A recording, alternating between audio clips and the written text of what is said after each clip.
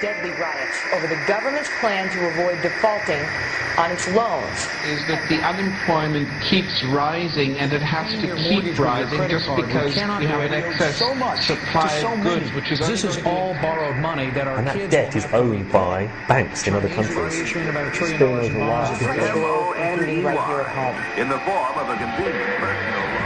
A filter cigarette that delivers the taste, and 45 malt liquor. Are you hot? Quite some time ago, by a second, America is sponsoring I first learned it from my grandmother. Now, my grandmother was a wonderful person. She taught me how to play the game Monopoly. She understood that the name of the game is to acquire. She would accumulate everything she could, and eventually she became the master of the board. And then she would always say the same thing to me. She'd look at me and she'd say, "One day, you'll learn to play the game." One summer, I played Monopoly almost every day, all day long. And that summer, I learned to play the game. I came to understand the only way to win is to make a total commitment to acquisition. I came to understand that money and possessions, that's the way that you keep score. And by the end of that summer, I was more ruthless than my grandmother. I was ready to bend the rules if I had to win that game. And I sat down with her to play that fall. I took everything she had. I watched her give her last dollar and quit in utter defeat. And then she had one more thing to teach me. Then she said, "Now it all goes back in the box." All those houses and hotels, all the railroads and utility companies, all that property and all that wonderful money. Now it all goes back in the box. None of it was really yours. You got all heated up about it for a while. But it was around a long time before you sat down at the board. And it will be here after you're gone. Players come and players go. Houses and cars, titles and clothes, even your body. Because the fact is that everything I clutch and consume and hoard is going to go back in the box, and I'm going to lose it all. You have to ask yourself, when you finally get the ultimate promotion, when you've made the ultimate purchase, when you buy the ultimate home, when you have stored up financial security and climbed the ladder of success to the highest rung you can possibly climb it, and the thrill wears off, and it will wear off, then what? How far do you have to walk down that road before you see where it leads? Surely you understand, it'll never be enough. So you have to ask yourself the question, what matters?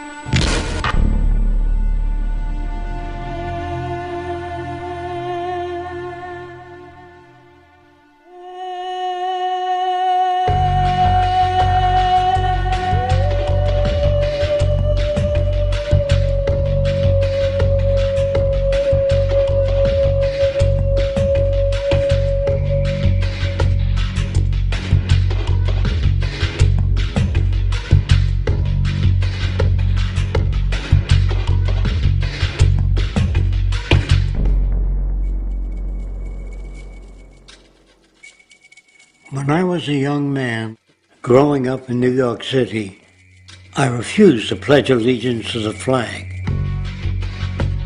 Of course, I was sent to the principal's office, and he asked me, "Why don't you want to pledge allegiance? Everybody does."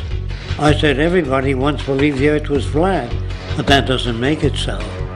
I explained that America owed everything it has to other cultures and other nations, and that I would rather pledge allegiance to the earth and everyone on it. Needless to say, it wasn't long before I left school entirely, and I set up a lab in my bedroom.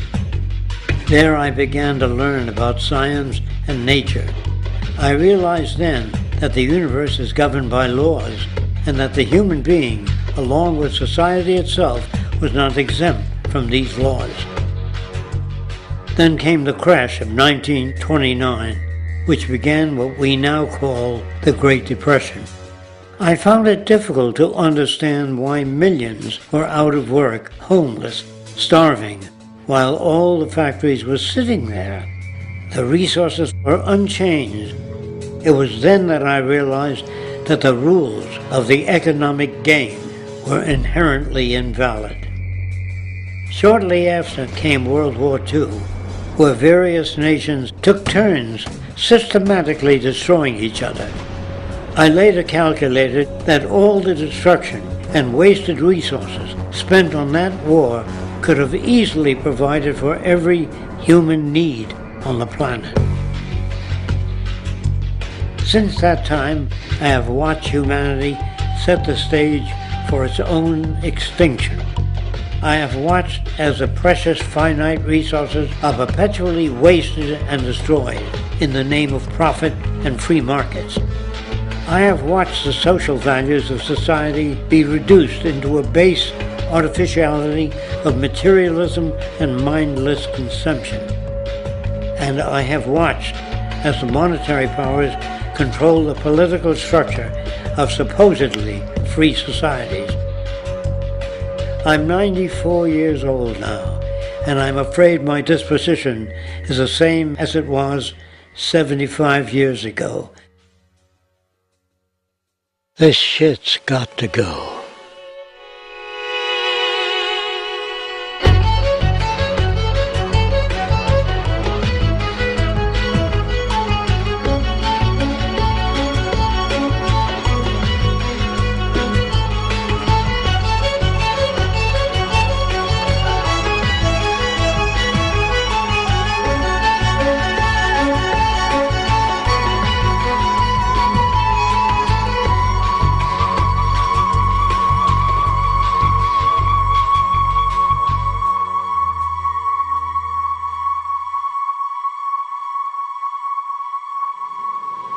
So you're a scientist, and somewhere along the way, hammered into your head is the inevitable nature versus nurture, and that's at least up there with Coke versus Pepsi or Greeks versus Trojans. So nature versus nurture, this by now utterly oversimplifying view of where influences on how a cell deals with an energy crisis, up to what makes us who we are on the most individualistic levels of personality. And what you've got is this complete false dichotomy built around nature as deterministic. At the very bottom of all the causality of life is DNA and the code of codes and the Holy Grail, and everything is driven by it. And at the other end, a much more social science perspective, which is we are social organisms, and biology is for slime molds. Humans are free of biology, and obviously both views are nonsense. What you see instead is it is virtually impossible to understand how biology works outside the context of environment. One of the most crazy-making yet widespread and potentially dangerous notions is, oh, that behavior is genetic. Now, what does that mean? It means all sorts of subtle stuff if you sort of know modern biology, but for most people out there, what it winds up meaning is a deterministic view of life, one rooted in biology and genetics. Genes equal things that can't be changed. Genes equal things that are inevitable and that you might as well not waste resources trying to fix, might as well not put societal energies into trying to improve because it's inevitable, it's unchangeable. And that is sheer nonsense.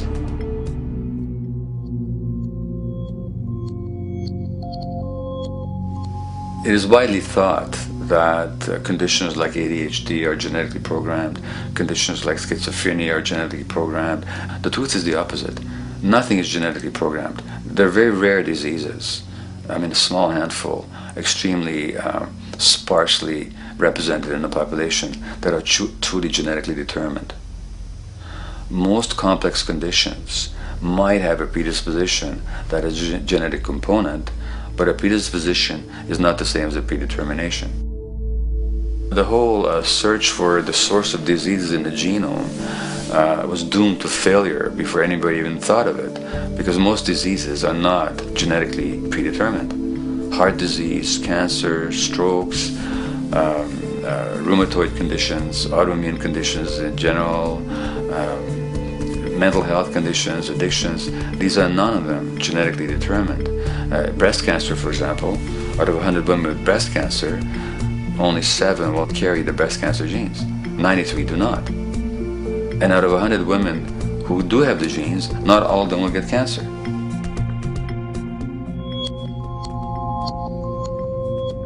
Genes are not just things that make us behave in a particular way regardless of our environment.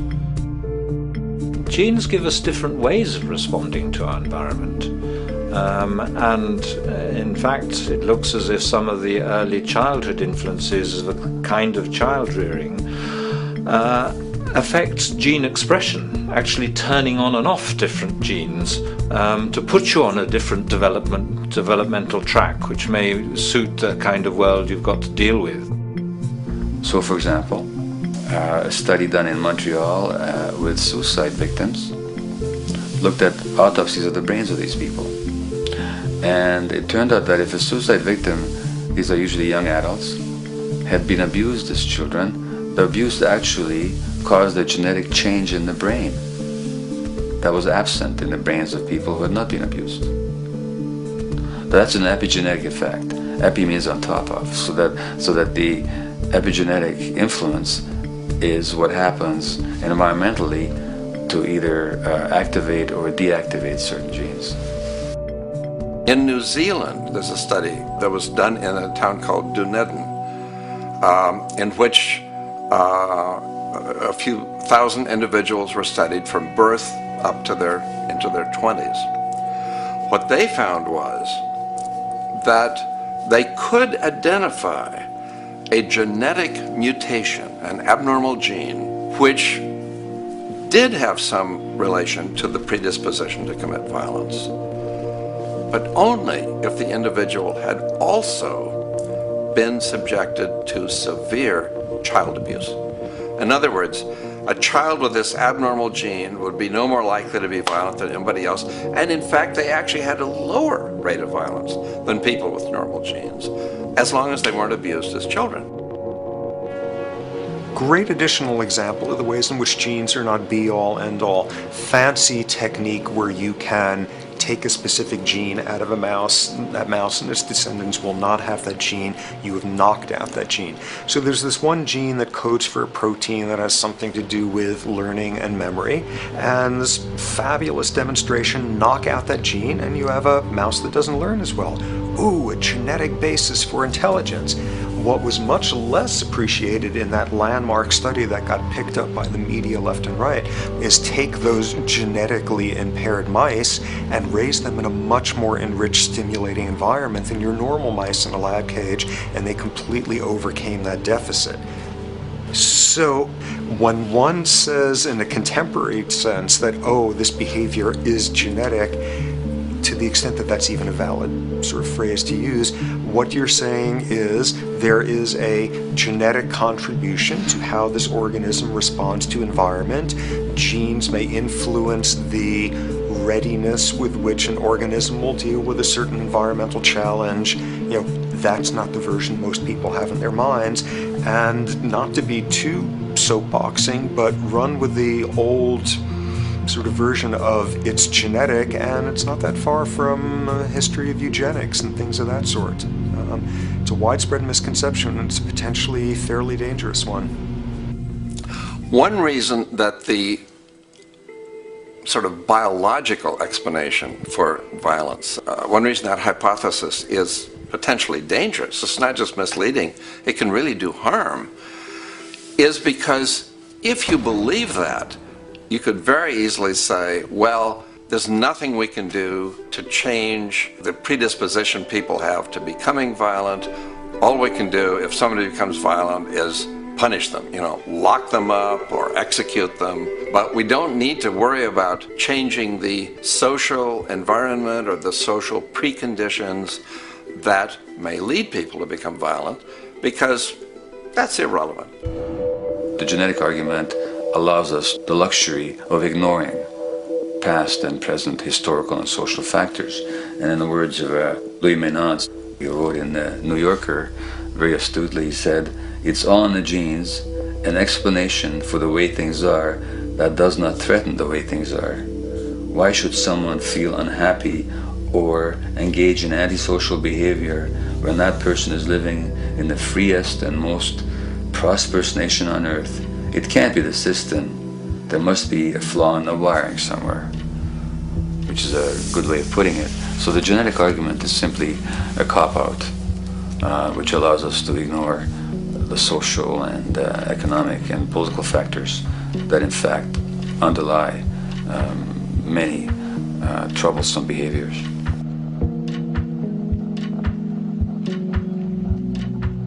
Addictions are usually considered to be a drug-related issue, but looking at it more broadly, I define addiction as any behavior that is associated with craving, with temporary relief, and with long-term negative consequences, along with an impairment of control over it, so that the person wishes to give it up or promises to do so, but can't follow through. And when you understand that, then you can see that there are many more addictions than simply those related to drugs. There's workaholism, there's addiction to shopping, to the internet, to video games. There's the addiction to power. People have power, but they want more and more and more. Nothing is ever enough for them. Acquisition, corporations that must own more and more. The addiction to oil, or at least to the wealth and to the products made accessible to us by oil.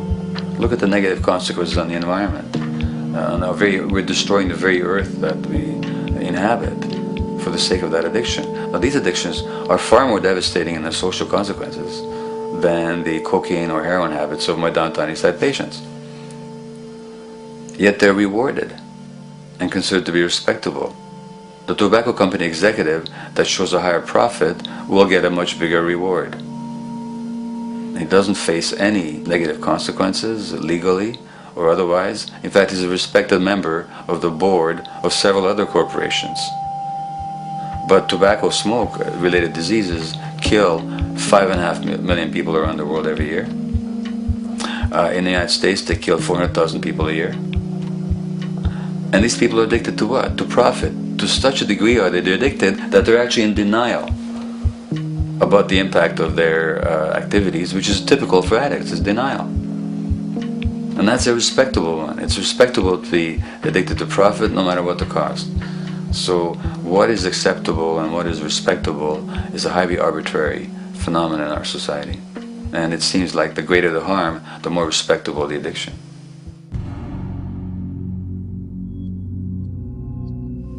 There's a general myth that drugs in themselves are addictive. In fact, the war on drugs is predicated on the idea that if you interdict the sources of drugs, you can deal with addiction that way.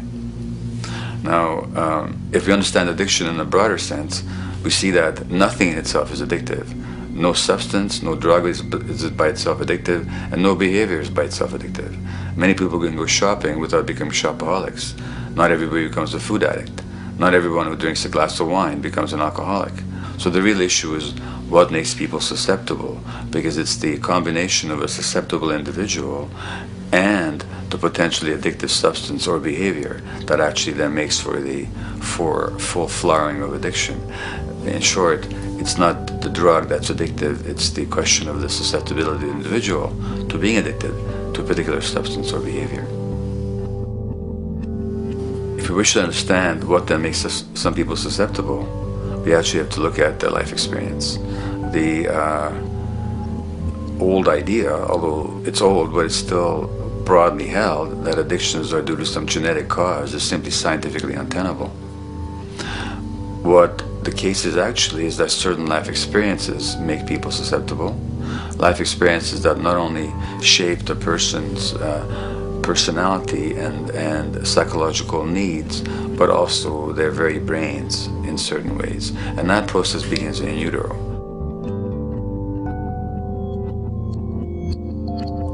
It's been shown, for example, that if you stress mothers during pregnancy, their children are more likely to have traits that predispose them to addictions. And that's because development is shaped by the psychological and social environment. So the biology of human beings is very much affected by and programmed by their life experiences beginning in utero. Environment does not begin at birth. Environment begins as soon as you have an environment. As soon as you are a fetus, you are subject to whatever information is coming through mom's circulations, hormones, levels of nutrients. Great landmark example of this, something called the Dutch hunger winter. 1944, Nazis occupying Holland. For a bunch of reasons, they decide to take all the food and divert it to Germany. For 3 months, everybody there is starving. Tens of thousands of people starve to death. What the Dutch hunger winter effect is, if you were a second or third trimester fetus during the starvation, your body learned something very unique during that time. As it turns out, second, third trimester, something that your body is going about trying to learn about the environment is, well, how menacing of a place is it out there? How plentiful? How much nutrients am I getting by way of mom's circulation? Be a fetus who is starving during that time, and your body programs forever after to be really, really, really stingy with your sugar and fat, and what you do is you store every bit of it. Be a Dutch hunger winter fetus, and half a century later, everything else being equal, you are more likely to have high blood pressure, obesity, or metabolic syndrome. That is environment coming in a very unexpected place. You can stress animals in a laboratory when they're pregnant, and their offspring will be more likely to use cocaine and alcohol as adults. You can stress human mothers. For example, in a British study, women who are abused in pregnancy will have higher levels of the stress hormone cortisol in their placenta at birth, and their children are more likely to have conditions that predispose them to addictions by age 7 or 8. So in utero stress already prepares the ground for all kinds of mental health issues.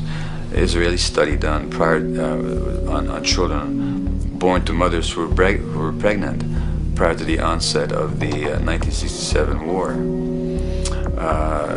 These women, of course, are very stressed, and their offspring have a higher incidence of schizophrenia than the average cohort. So there's plenty of evidence now that prenatal effects have a huge impact on the developing human being.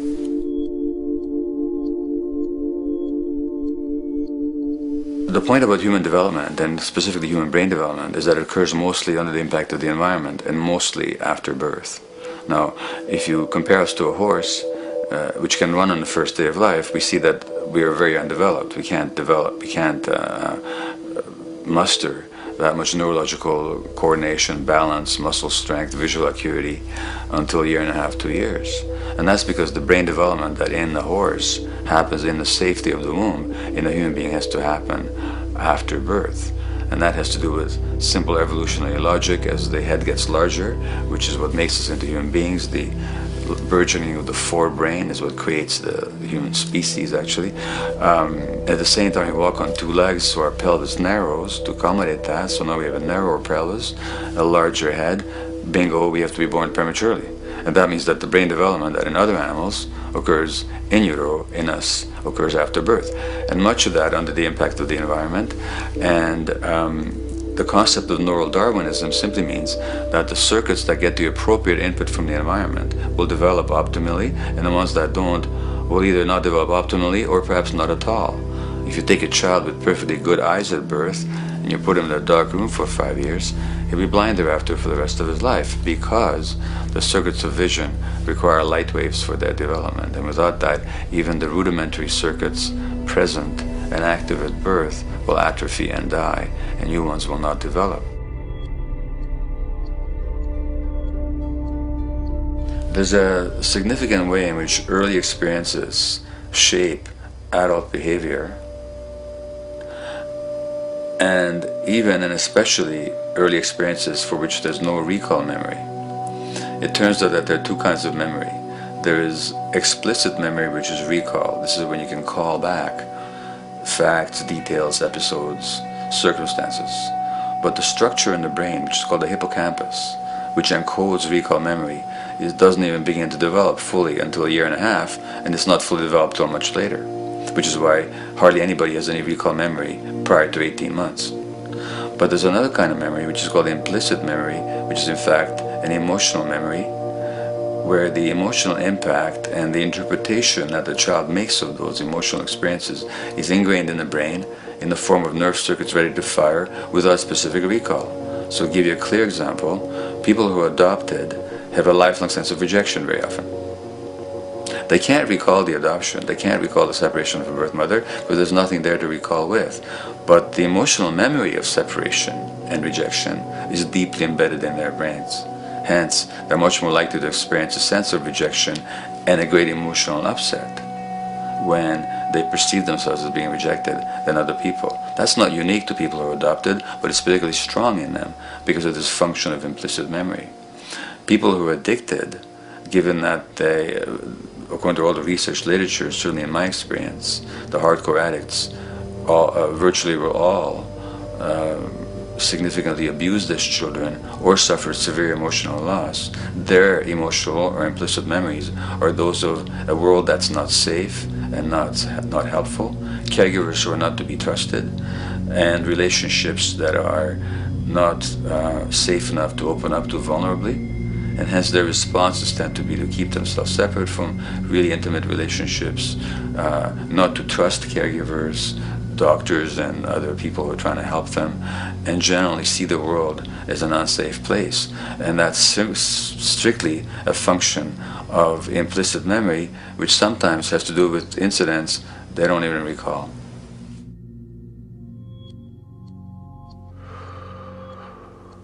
Infants who are born premature are often in incubators and various types of gadgetry and machinery for weeks and perhaps months.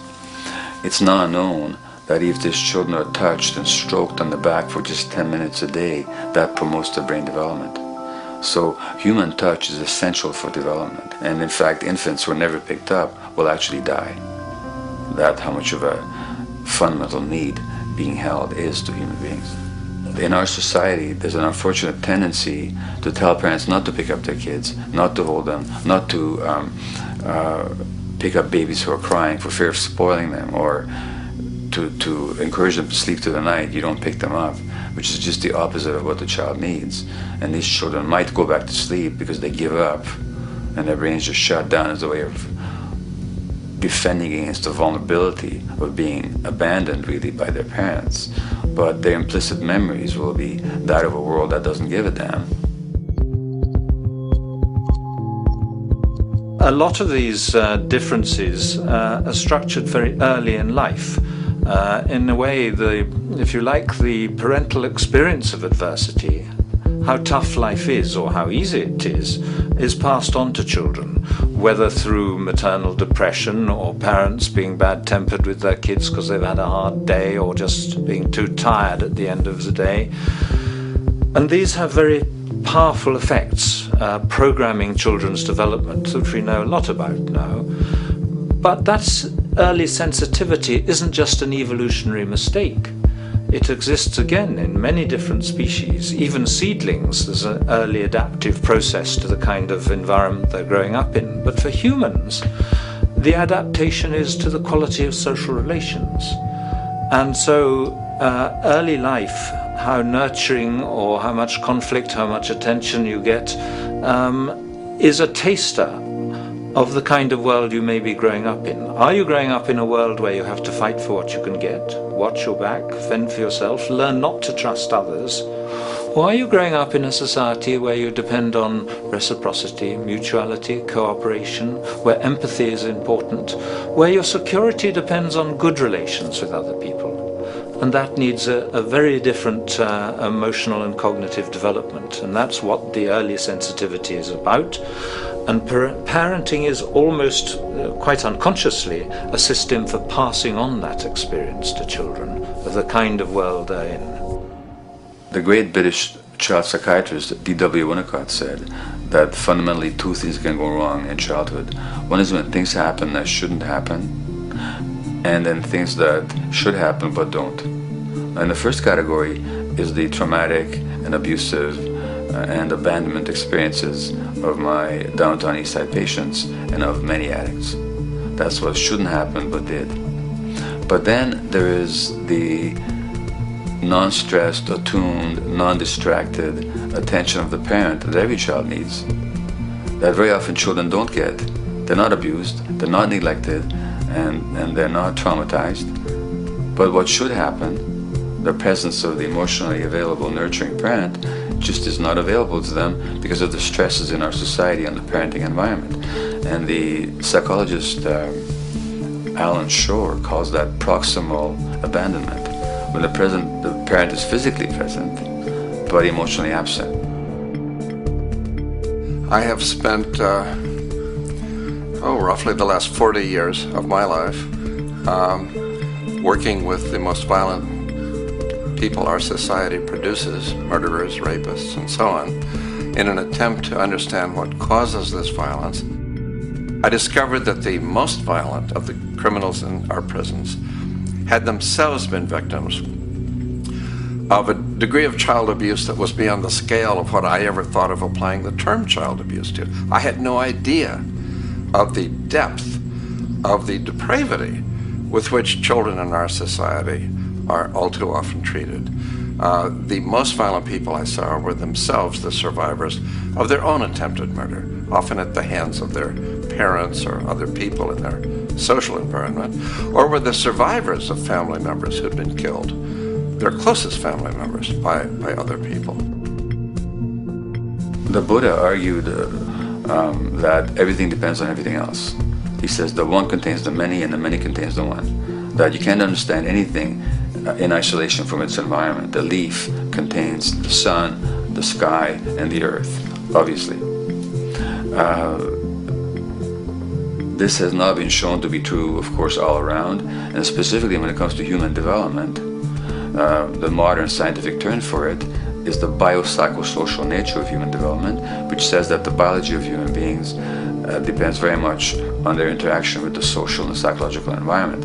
And specifically, the psychiatrist and researcher Daniel Siegel at the University of California, Los Angeles, UCLA, has coined the phrase interpersonal neurobiology, which means to say that the way that our nervous system functions depends very much on our personal relationships.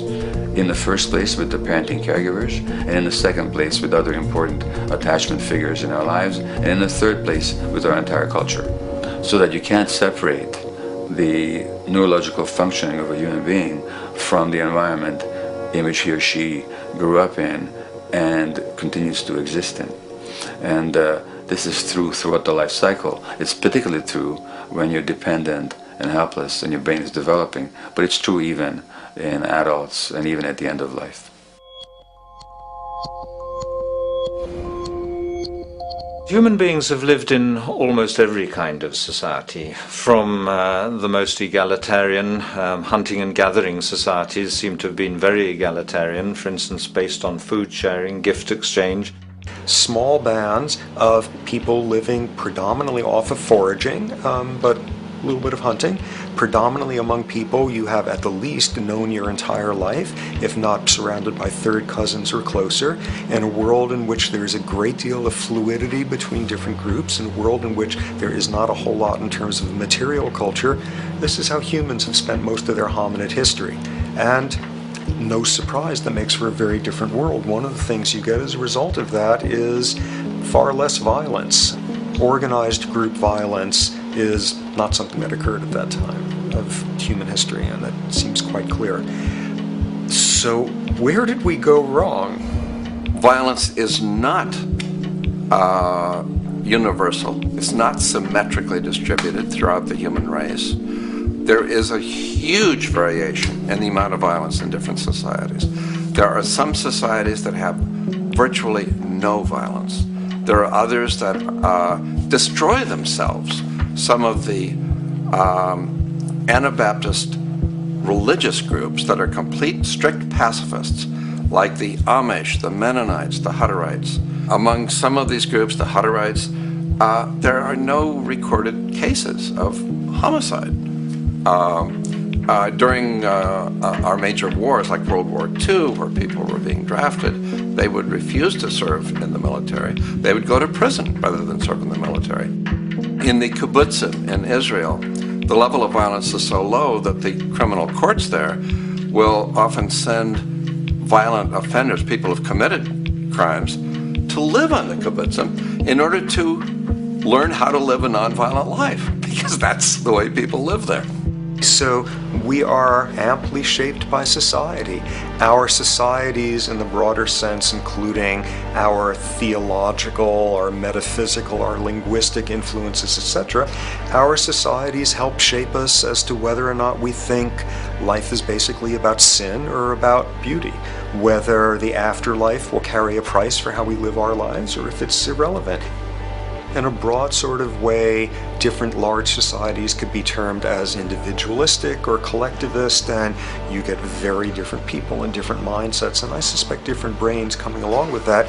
We in America are in one of the most individualistic of societies, and capitalism being a system that allows you to go higher and higher up a potential pyramid, and the deal is it comes with fewer and fewer safety nets. By definition, the more stratified a society is, the fewer people you have as peers, the fewer people with whom you have symmetrical, reciprocal relationships, and instead all you have are differing spots and endless hierarchies. And a world in which you have few reciprocal partners is a world with a lot less altruism.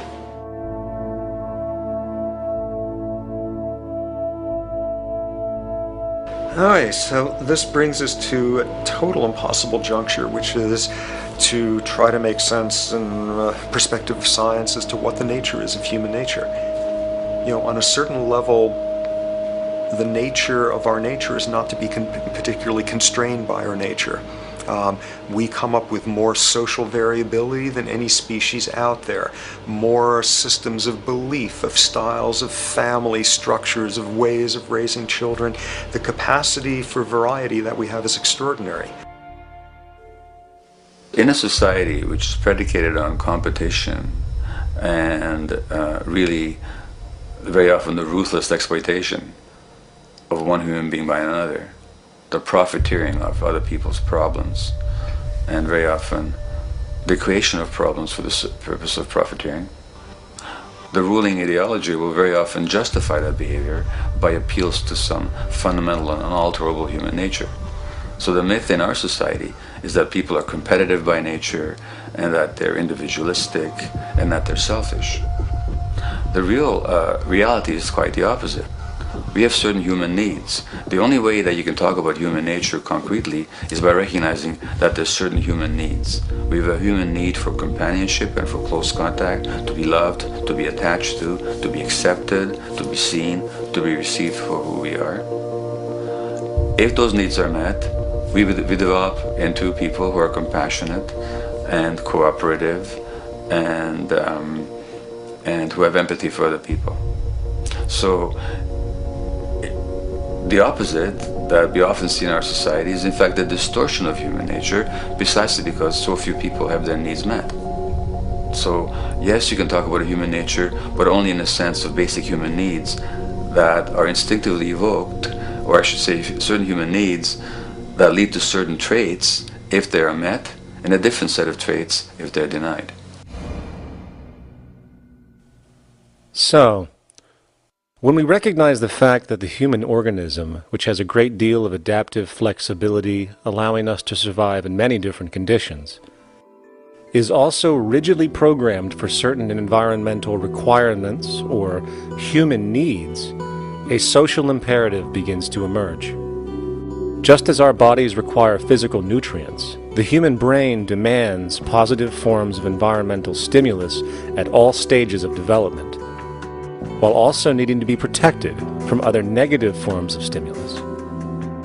And if things that should happen do not, or if things that shouldn't happen do, it is now apparent that the door can be opened for not only a cascade of mental and physical diseases, but many detrimental human behaviors as well. So as we turn our perspective now outward and take account for the state of affairs today, we must ask the question, is the condition we have created in the modern world actually supporting our health? Is the bedrock of our socioeconomic system acting as a positive force for human and social development and progress? Or is the foundational gravitation of our society actually going against the core evolutionary requirements needed to create and maintain our personal and social well-being?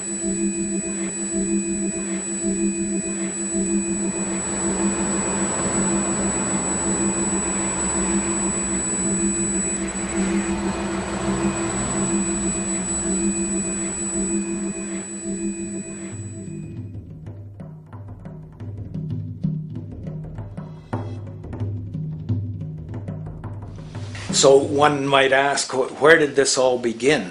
What we have today, really a world in a state of cumulative collapse. You get it started with John Locke. And John Locke introduces property, and he has three provisos for just private right and property. And the three provisos are that there must be enough left over for others, and that you must not let it spoil, and that you, most of all, must mix your labor with it. It seems justified. You mix your labor with the world, then you're entitled to the product, and as long as there's enough left over for others, and as long as it doesn't spoil, you don't allow anything to go to waste, that's okay. Well, he spends a long time of his famous treatise of government, and it's since been the canonical text for economic and political and legal understanding. It's still a classic text that's studied. Well, what he did is, after he gives the provisos, and you're almost thinking at the time whether you're for private property or not, he's given a very good and plausible and powerful defense of private property here. Well, he drops them. He drops them like that, right in one sentence. He says, well, once the introduction of money came in by men's tacit consent, then it became, and he doesn't say all the provisos are cancelled, erased, but that's what happens. So now we have not product and your property earned by your own labor. Oh no, money buys labor now. There's no longer consideration of whether there's enough left over for others. There's no longer consideration of whether it spoils, because he says, well, money's like silver and gold can't spoil, therefore monies can't be responsible for waste, which is ridiculous. We're not talking about money and silver, we're talking about what its effects are. It's one non sequitur after another. Just the most startling logical legerdemain that he gets away with here. But it fits the interests of capital owners. Then Adam Smith comes along, and what he adds is the religion to this. Locke started with God made it all this way. This is God's right. And now we get also with Smith coming along and says it's not only God's, I mean, he's not saying this, but this is what's happening philosophically in principle. He's saying it's not only a question of private property, that's all now presupposed, is given. And that there's money investors that buy labor, given. That there's no limit to how much they can buy of other men's labor, how much they can accumulate, how much inequality, that's all given now. And so he comes along, and what his big idea is, and again, it's just introduced in parentheses, en passant. You know, when people put out the goods for sale and others, you know, the supply, and other people buy them with the demand and so forth, how do we have supply equaling demand or demand equaling supply? How can they come into equilibrium? And that is one of the central notions of economics, is how do they come into equilibrium? And he says it's the invisible hand of the market. that brings them into equilibrium. So now we have God is actually immanent. He just didn't give the rights to property and how, all its wherewithal and its natural rights of doing all that Locke said. Now we have the system itself as God. In fact, Smith says, when he talks, and you'll never find this quoted, you have to read the whole of the Inquiry into the Wealth of Nations. He says, the scantiness of subsistence sets limits to the reproduction of the poor, and that nature can deal with this in no other way than elimination of their children. So he anticipated evolutionary theory in the worst sense. This is well before Darwin. And so he called them the race of laborers. So you can see there was inherent racism built in here. There was an inherent acceptance, life blindness to kill innumerable children. And he thought, well, that's the invisible hand making supply meet demand and demand meet supply. So see how wise God is. So you can see a lot of the really virulent, life-destructive, eco-genocidal things that are going on now have, in a way, a thought gene back in Smith too. When we reflect on the original concept of the so-called free market capitalist system, as initiated by early economic philosophers such as Adam Smith, we see that the original intent of a market was based around real, tangible, life-supporting goods for trade. Adam Smith never fathomed that the most profitable economic sector on the planet would eventually be in the arena of financial trading or so-called investment, where money itself is simply gained by the movement of other money in an arbitrary game which holds zero productive merit to society. Yet, regardless of Smith's intent, the door for such seemingly anomalous advents was left wide open by one fundamental tenet of this theory. Money is treated as a commodity in and of itself.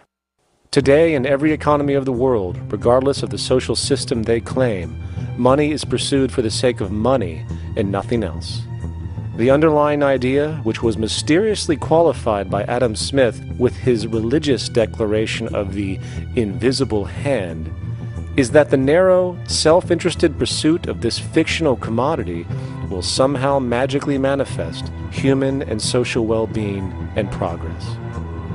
The reality is that the monetary incentive interest, or what some have termed the money sequence of value, has now completely decoupled from the foundational life interest, which could be termed the life sequence of value. What has happened is that there's a complete confusion in economic doctrine between those two sequences. They think that the money sequence of value delivers the life sequence of value, and that's why they say if more goods are sold, if GDPs rise and so forth, therefore there'll be more well-being, enhanced well-being. We take the GDP to be basically our indicator of social health.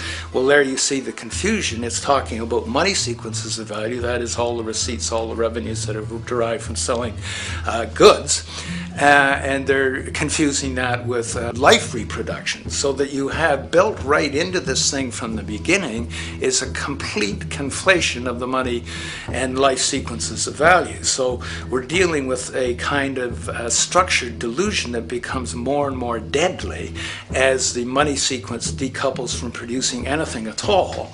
So it's a system disorder, and the system disorder seems to be fatal.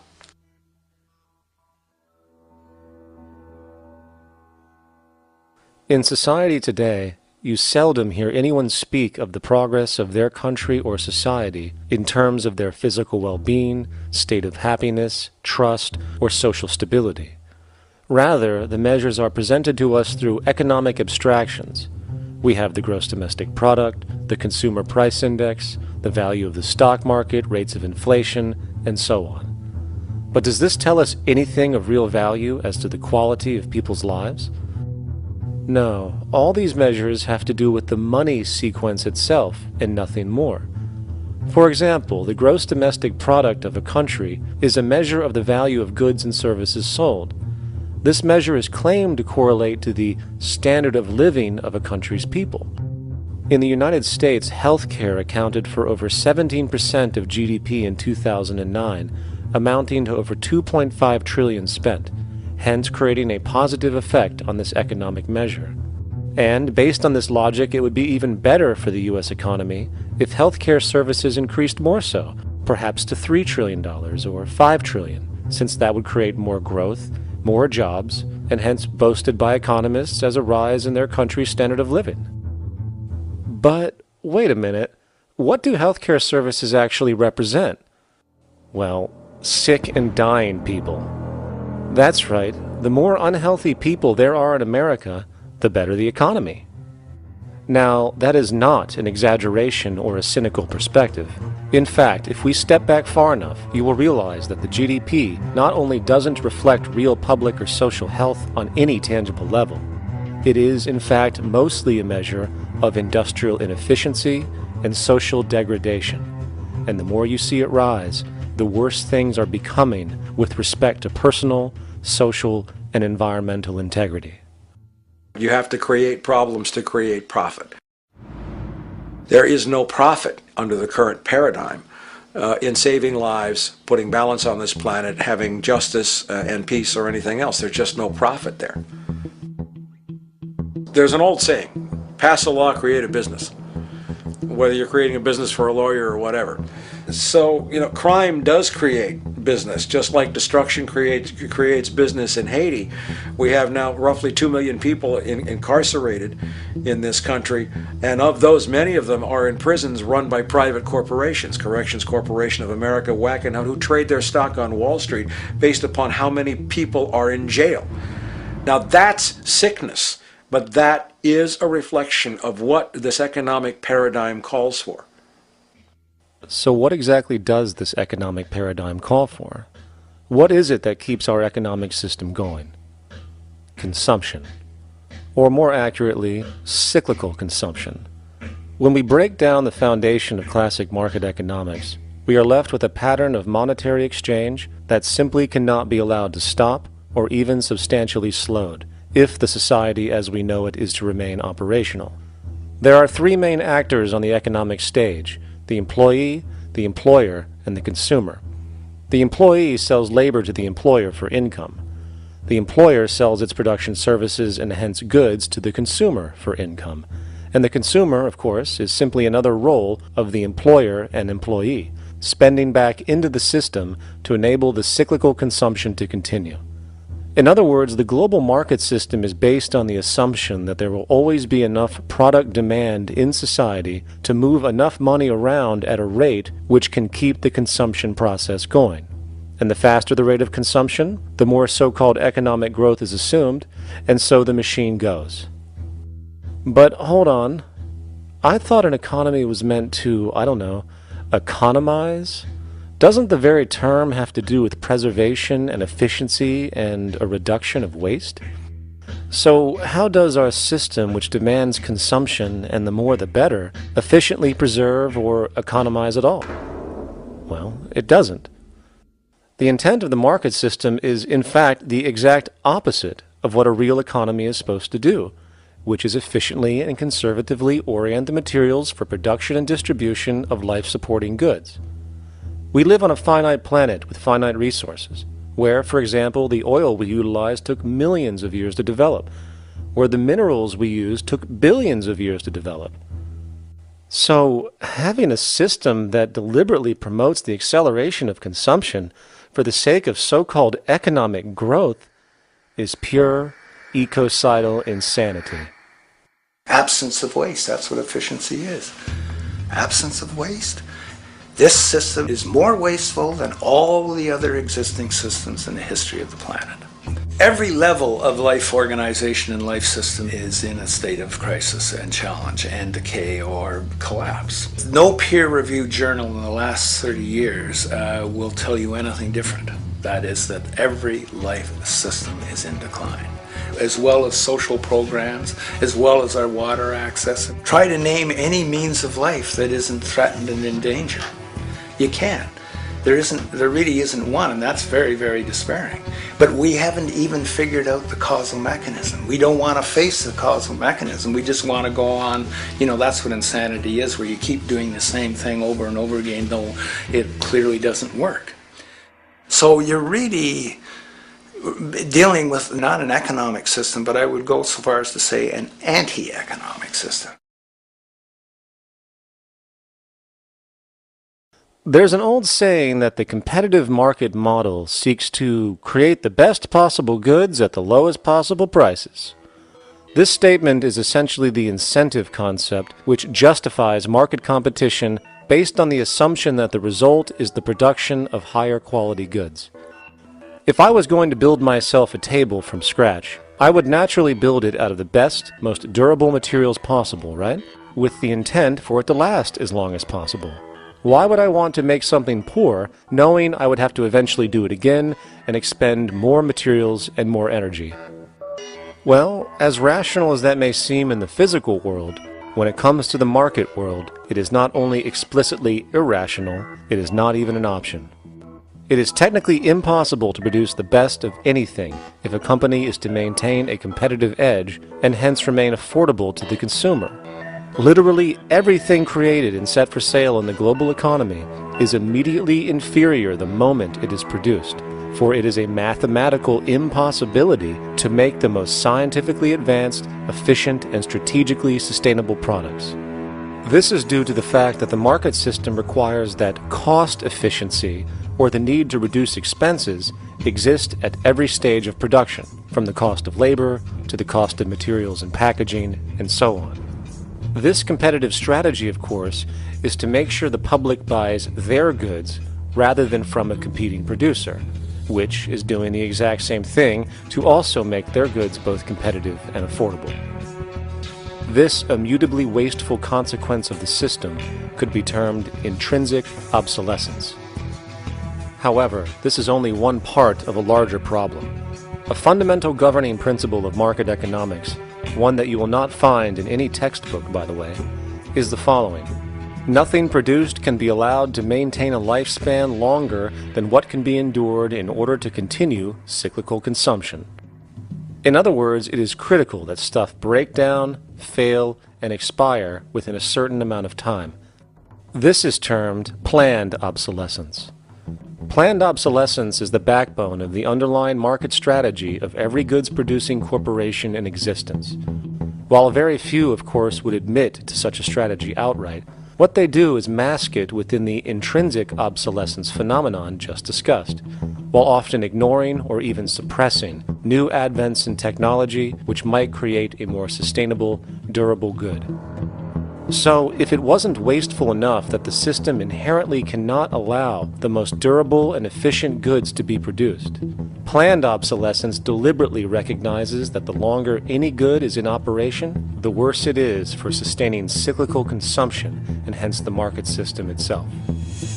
In other words, product sustainability is actually inverse to economic growth, and hence there is a direct, reinforced incentive to make sure lifespans are short of any given good produced. And in fact, the system cannot operate any other way. One glance at the sea of landfills now spreading across the world show the obsolescence reality. There are now billions of cheaply made cell phones, computers, and other technology, each full of precious, difficult-to-mine materials such as gold, coltan, copper, now rotting in vast piles, usually due to the mere malfunction or obsolescence of small parts, which, in a conservative society, could likely be fixed or updated, and the life of the good extended. Unfortunately, as efficient as that may seem in our physical reality, living on a finite planet with finite resources, it is explicitly inefficient with respect to the market. To put it into a phrase, efficiency, sustainability, and preservation are the enemies of our economic system. Likewise, just as physical goods need to be constantly produced and reproduced, regardless of their environmental impact, the service industry operates with an equal rationale. The fact is, there is no monetary benefit to resolving any problems which are currently being serviced.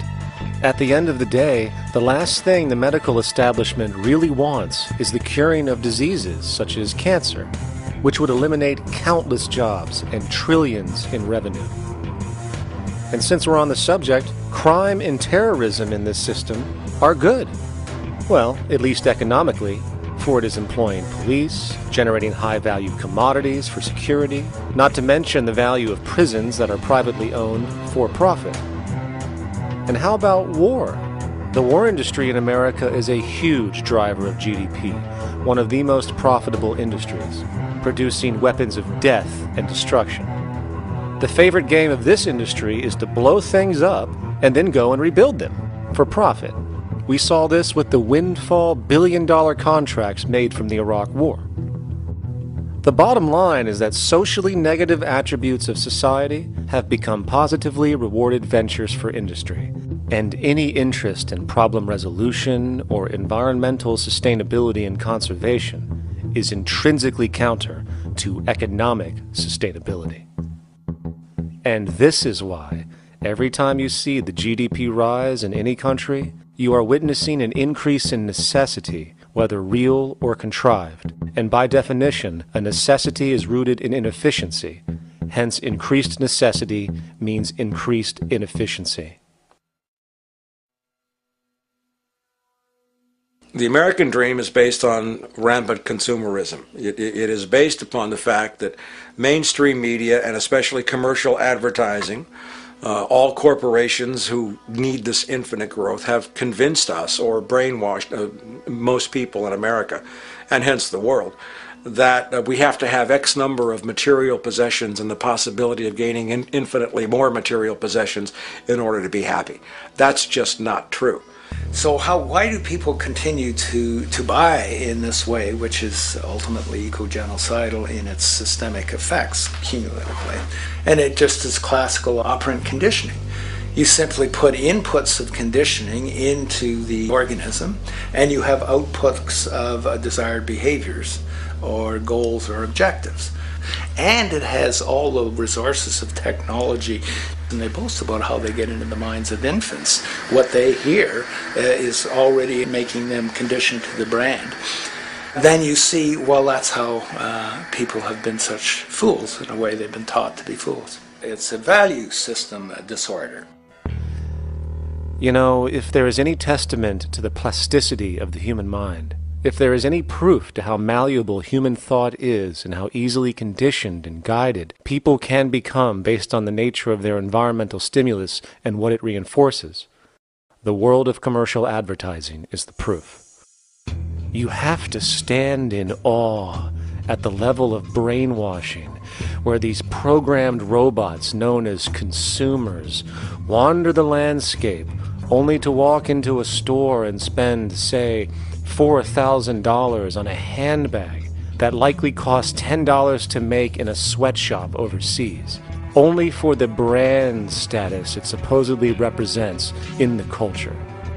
Or perhaps the ancient communal traditions which increase trust and cohesiveness in society, which have now been hijacked by acquisitive, materialistic values, where now annually we exchange useless crap a few times a year.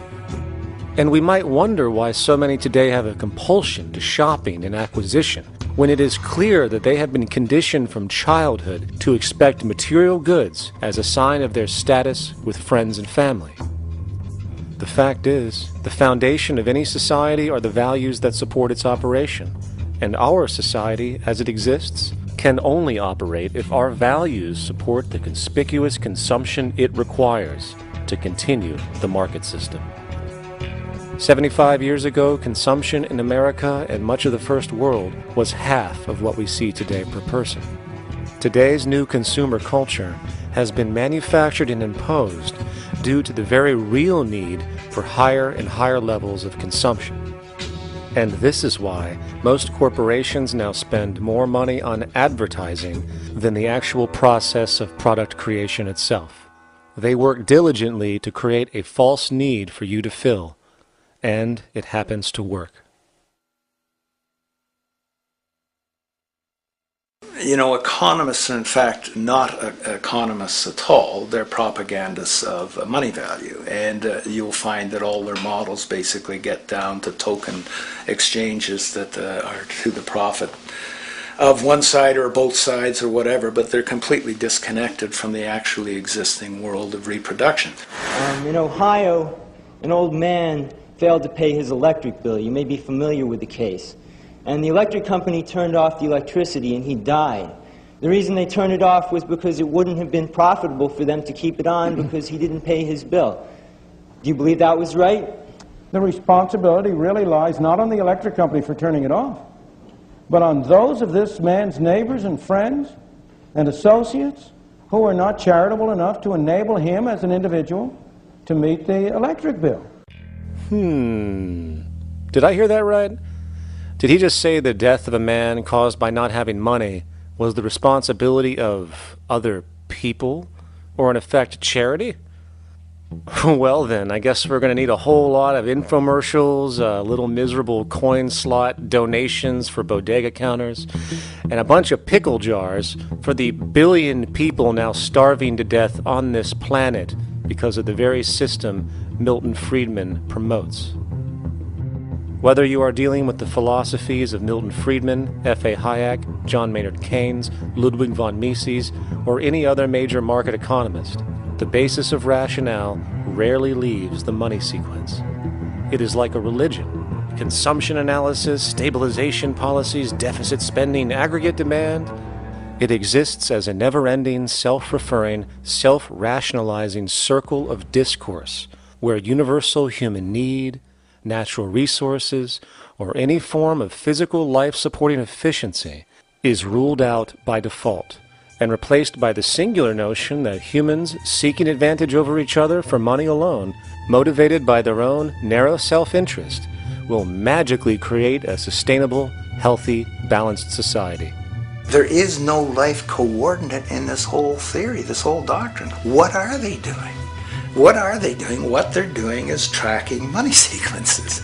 That's all it is tracking money sequences, presupposing everything that matters. One, that there's no life coordinates. Wow, no life coordinates. Two, that all the agents are self-maximizing preference seekers. That is, they think of nothing other than themselves and what they can get most for themselves. That's the notion, that's the ruling notion of rationality. Self-maximizing choice. And the only thing that they're interested in self-maximizing is money or commodities. Well, where does social relations come in? It doesn't, except in the exchange to self-maximize.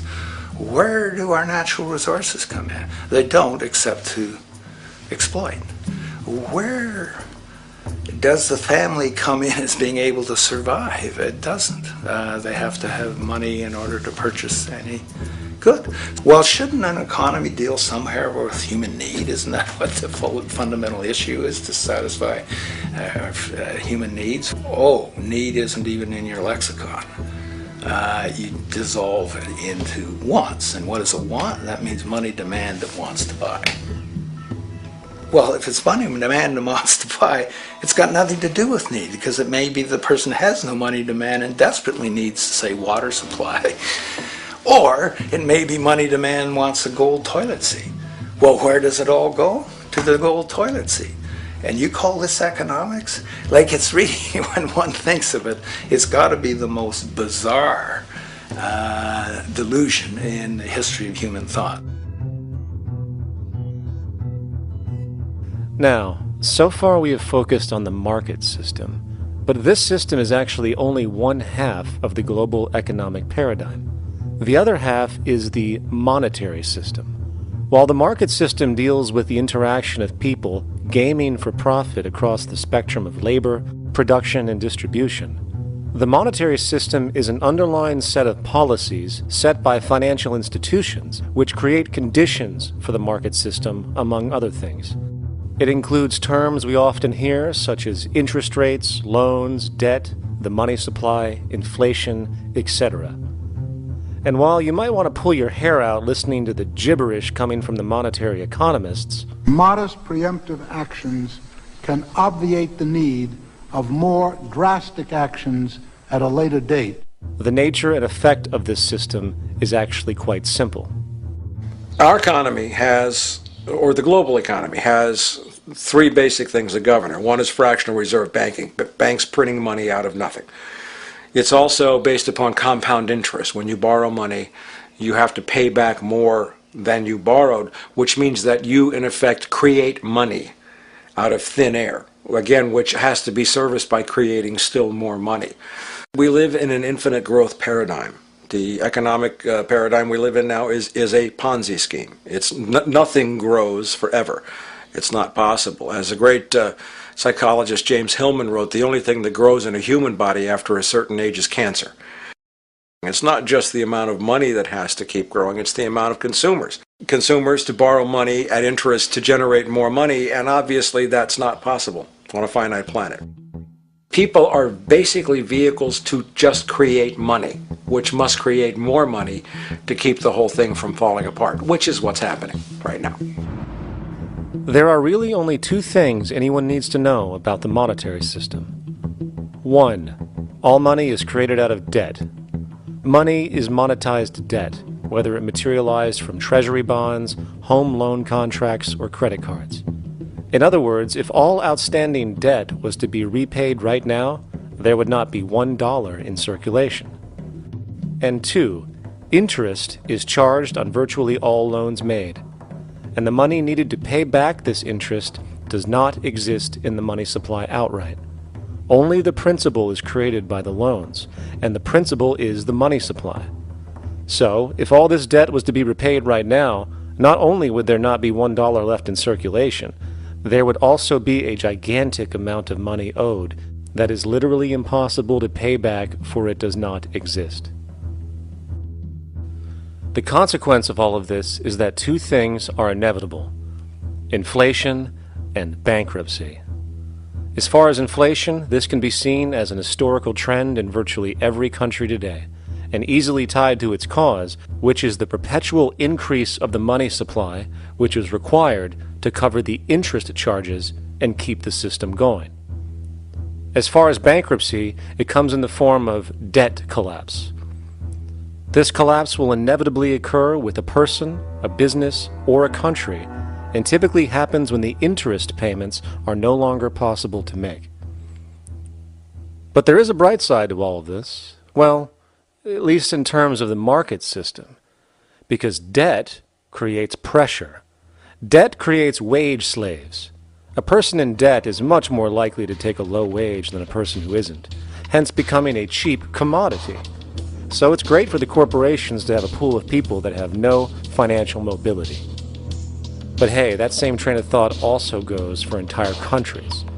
The World Bank and the International Monetary Fund, which mostly serve as proxies for transnational corporate interests, give gigantic loans to troubled countries at very high interest rates, and then, once the countries are deeply in the hole and can't pay, austerity measures are applied, the corporations swoop in, set up sweatshops, and take their natural resources. Now that's market efficiency. But wait, there's more. You see, there's this unique hybrid of the monetary and market system called the stock market, which rather than, actually produce anything real, they just buy and sell money itself. And when it comes to debt, you know what they do? That's right, they trade it. They actually buy and sell debt for profit, from credit default swaps and collateralized debt obligations for consumer debt, to complex derivative schemes used to mask the debt of entire countries, such as the collusion of investment bank Goldman Sachs in Greece, which nearly collapsed the entire European economy. So when it comes to the stock market and Wall Street, we have an entirely new level of insanity born out of the money sequence of value. All you need to know about markets was written in an editorial in the Wall Street Journal a couple years ago. It was called Lessons of the Brain-Damaged Investor. And in this editorial, they explain why people with slight brain damage do better as investors than people with normal brain functionality. Why? Because the slightly brain-damaged person has no empathy. And that's the key. If you don't have any empathy, you do well as an investor. And so Wall Street breeds people who have no empathy, to go in there and to make decisions and make trades that they have no compunction about and no thought whatsoever as to what they're doing might affect their fellow human being. So they breed these robots, these people who have no souls. And since they don't even want to pay these people anymore, they're now breeding robots, real algorithmic traders. Goldman Sachs and the high-frequency trading scandal. They put a computer next to the exchange, the New York Stock Exchange. This computer, this co-located computer, as they call it, it front-runs all the trades on the exchange, and it hits the exchange with volumes of orders in ways that scalp pennies and nickels away from the exchange. It's like they're siphoning money all day long. They went one quarter last year, 30 or 60 straight days without a single down day, and made millions of dollars every single day. Is that because, well, that's statistically impossible.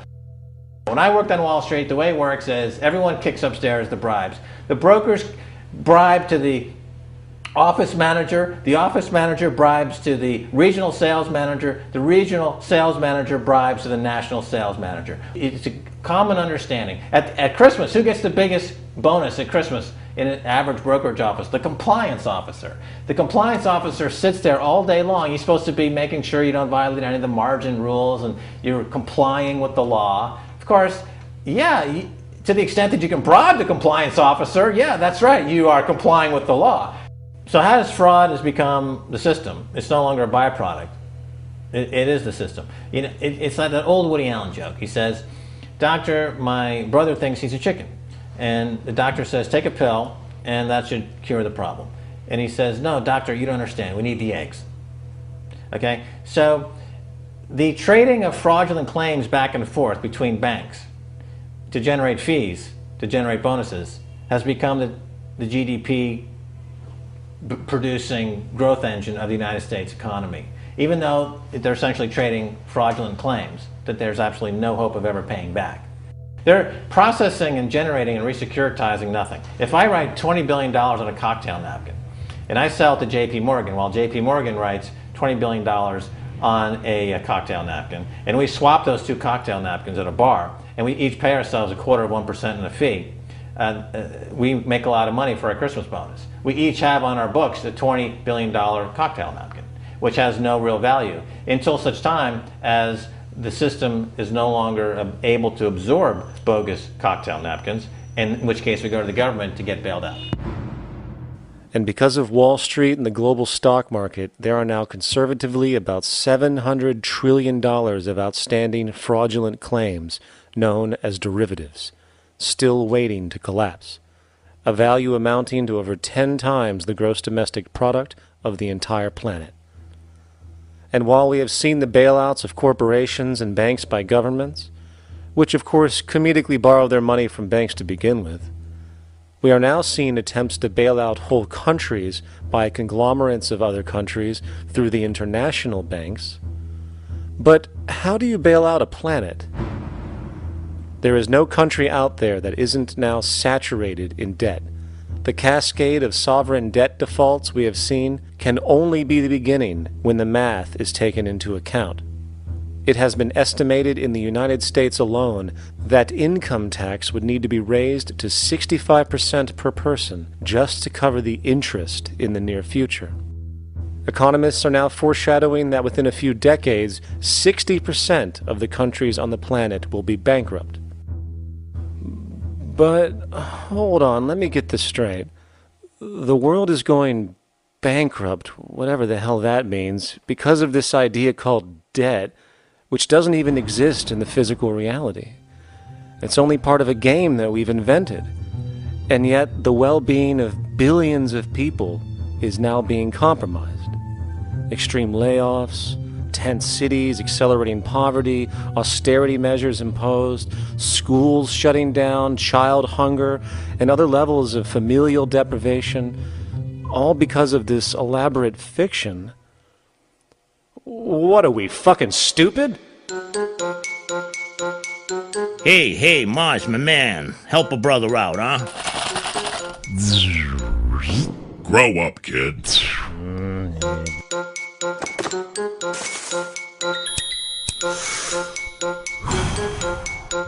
Saturn, what's up, man? You remember that smoking nebula I hooked you up with a while back? Listen, Earth, we're getting really tired of you.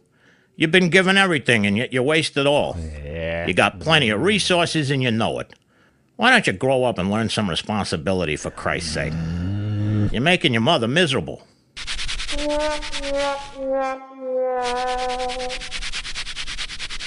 You're on your own, pal. Yeah, whatever.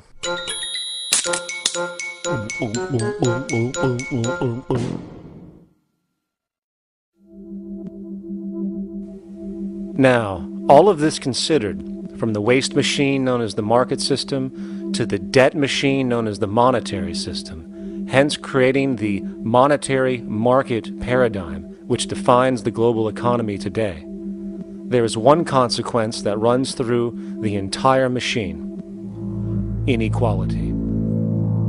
Whether it is the market system which creates a natural gravitation towards monopoly and power consolidation, while also generating pockets of wealthy industries that tower over others regardless of utility, such as the fact that top hedge fund managers on Wall Street now take home over $300 million a year for contributing literally nothing, while a scientist looking for a cure for a disease trying to help humanity might make $60,000 a year if they're lucky.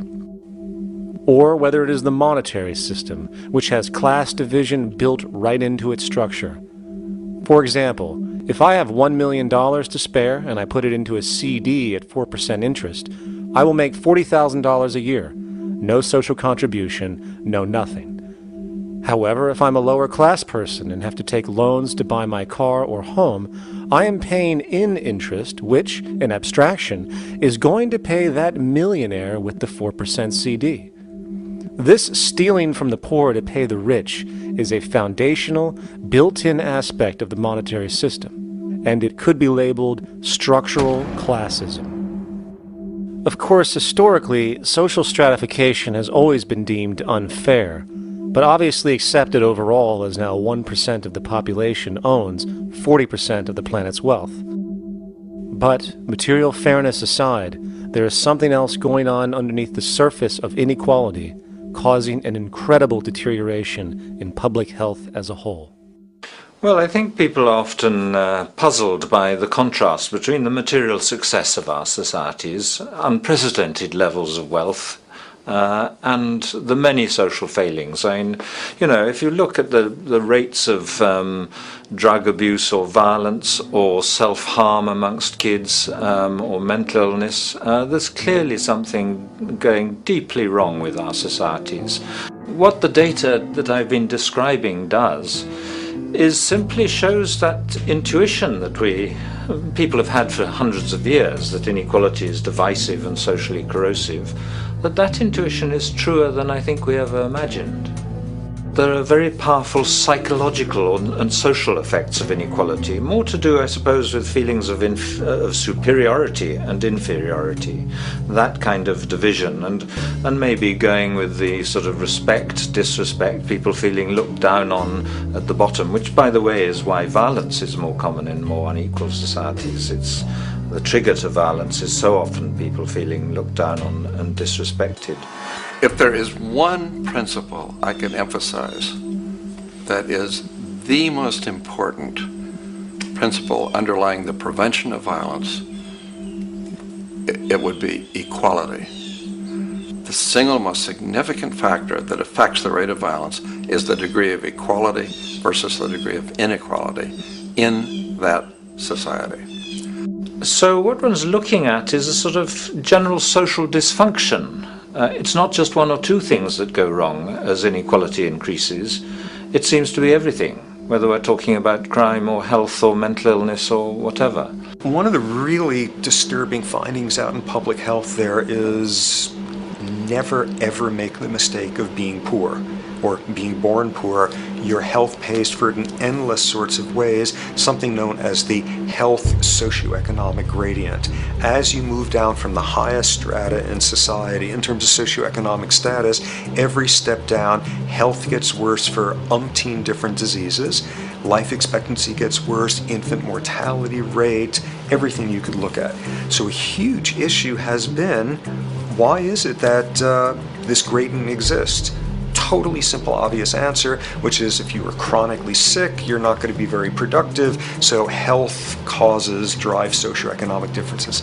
Not that in the slightest. On the very simple level that you could look at socioeconomic status of a 10-year-old, and that's going to predict something about their health decades later. So that's the direction of causality. Next one, what's it about? Oh, it's perfectly obvious. Poor people can't afford to go to the doctor. It's healthcare access. It's got nothing to do with that, because you see these same gradients in countries with universal healthcare, socialized medicine. Okay, next simple explanation. Oh, on the average, the poorer you are, the more likely you are to smoke, to drink, to all sorts of lifestyle risk factor stuff. Yeah, those contribute, but careful studies have shown that explains maybe about a third of the variability. So what's left? And what's left is having a ton to do with the stress of poverty. So the poorer you are, starting off being, the person who's $1 income behind Bill Gates, the poorer you are in this country, on the average, the worse your health is. This tells us something really important. The health connection with poverty, it's not about being poor, it's about feeling poor.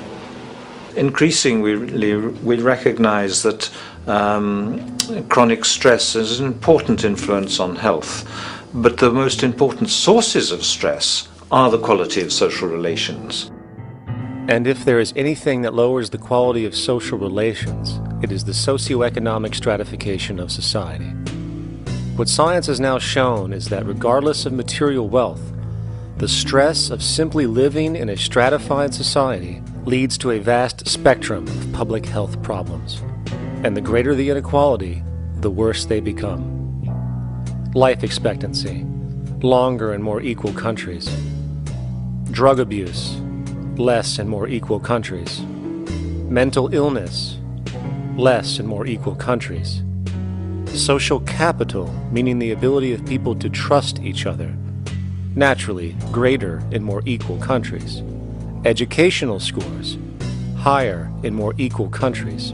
Homicide rates, less in more equal countries. Crime and rates of imprisonment, less in more equal countries. It goes on and on. Infant mortality, obesity, teen birth rate, less in more equal countries. And perhaps most interesting, innovation, greater in more equal countries, which challenges the age-old notion that a competitive, stratified society is somehow more creative and inventive. Moreover, a study done in the UK called the Whitehall Study confirmed that there is a social distribution of disease as you go from the top of the socioeconomic ladder to the bottom. For example, it was found that the lowest rungs of the hierarchy had a 4-fold increase of heart disease-based mortality compared to the highest rungs. And this pattern exists irrespective of access to health care. Hence, the worse a person's relative financial status, the worse their health is going to be on average. This phenomenon is rooted in what could be termed psychosocial stress, and it is at the foundation of the greatest social distortions plaguing our society today. Its cause? The monetary market system. Make no mistake, the greatest destroyer of ecology, the greatest source of waste and depletion and pollution, the greatest purveyor of violence, war, crime, poverty, animal abuse, and inhumanity, the greatest generator of social and personal neuroses, mental disorders, depression, anxiety, not to mention the greatest source of social paralysis, stopping us from moving into new methodologies for personal health, global sustainability, and progress on this planet, is not some corrupt government or legislation, not some rogue corporation or banking cartel, not some flaw of human nature, and not some secret hidden cabal that controls the world. It is, in fact, the socio-economic system itself at its very foundation.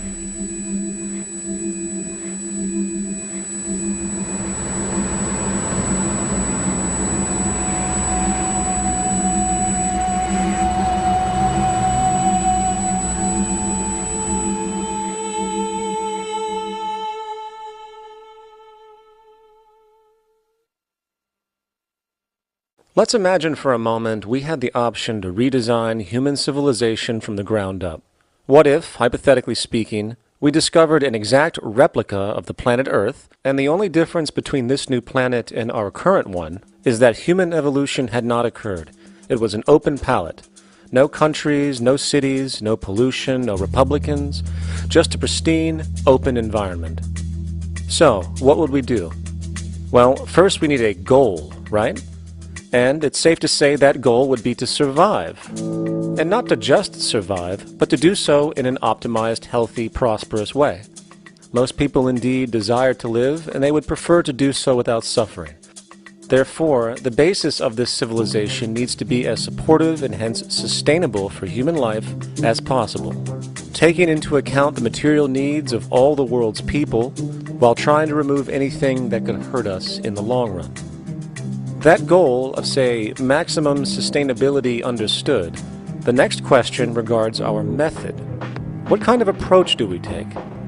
Well, let's see. Last I checked, politics was the method of social operation on Earth. So what do the doctrines of the Republicans, liberals, conservatives, or socialists have to say about societal design? Not a damn thing. Okay, then what about religion? Surely the great creator had to have left some blueprint somewhere. No, nothing I can find. Okay then, so what's left? It appears something called science. Science is unique in that its methods demand not only that the ideas proposed be tested and replicated, but everything science comes up with is also inherently falsifiable. In other words, unlike religion and politics, science has no ego, and everything it suggests accepts the possibility of being proven wrong eventually. It holds on to nothing and evolves constantly. Well, that sounds natural enough to me. So then, based on the current state of scientific knowledge in the early 21st century, along with our goal of maximum sustainability for the human population, how do we begin the actual process of construction? Well, the first question to ask, what do we need to survive? The answer, of course, are planetary resources. Whether it is the water we drink, the energy we use, the raw materials we utilize to create tools and shelter, the planet hosts an inventory of resources, many of which are demanded for our survival. So, given that reality, it then becomes critical to figure out what we have and where it is. This means we need to conduct a survey. We simply locate and identify every physical resource on the planet we can, along with the amount available at each location, from the deposits of copper, to the most potent locations for wind farms to produce energy, to the natural freshwater springs, to an assessment of the amount of fish in the ocean, to the most prime arable land for food cultivation, etc. But, since we humans are going to be consuming these resources over time, we then realize that not only do we need to locate and identify, we also need to track. We need to make sure we don't run out of any of this stuff. That would be bad. And this means not only tracking our rates of use, but the rates of earthly regeneration as well, such as how long it takes for, say, a tree to grow or a spring to replenish. This is called dynamic equilibrium. In other words, if we use up trees faster than they can be grown back, we have a serious problem, for it is unsustainable. So then, how do we track this inventory, especially when we recognize that all of this stuff is scattered everywhere? We have large mineral mines in what we call Africa, energy concentrations in the Middle East, huge tidal power possibilities on the Atlantic coast of North America, the largest supply of fresh water in Brazil, etc. Well, once again, good old science has a suggestion. It's called systems theory. Systems theory recognizes that the fabric of the natural world, from human biology to the earthly biosphere to the gravitational pull of the solar system itself, is one huge synergistically connected system, fully interlinked.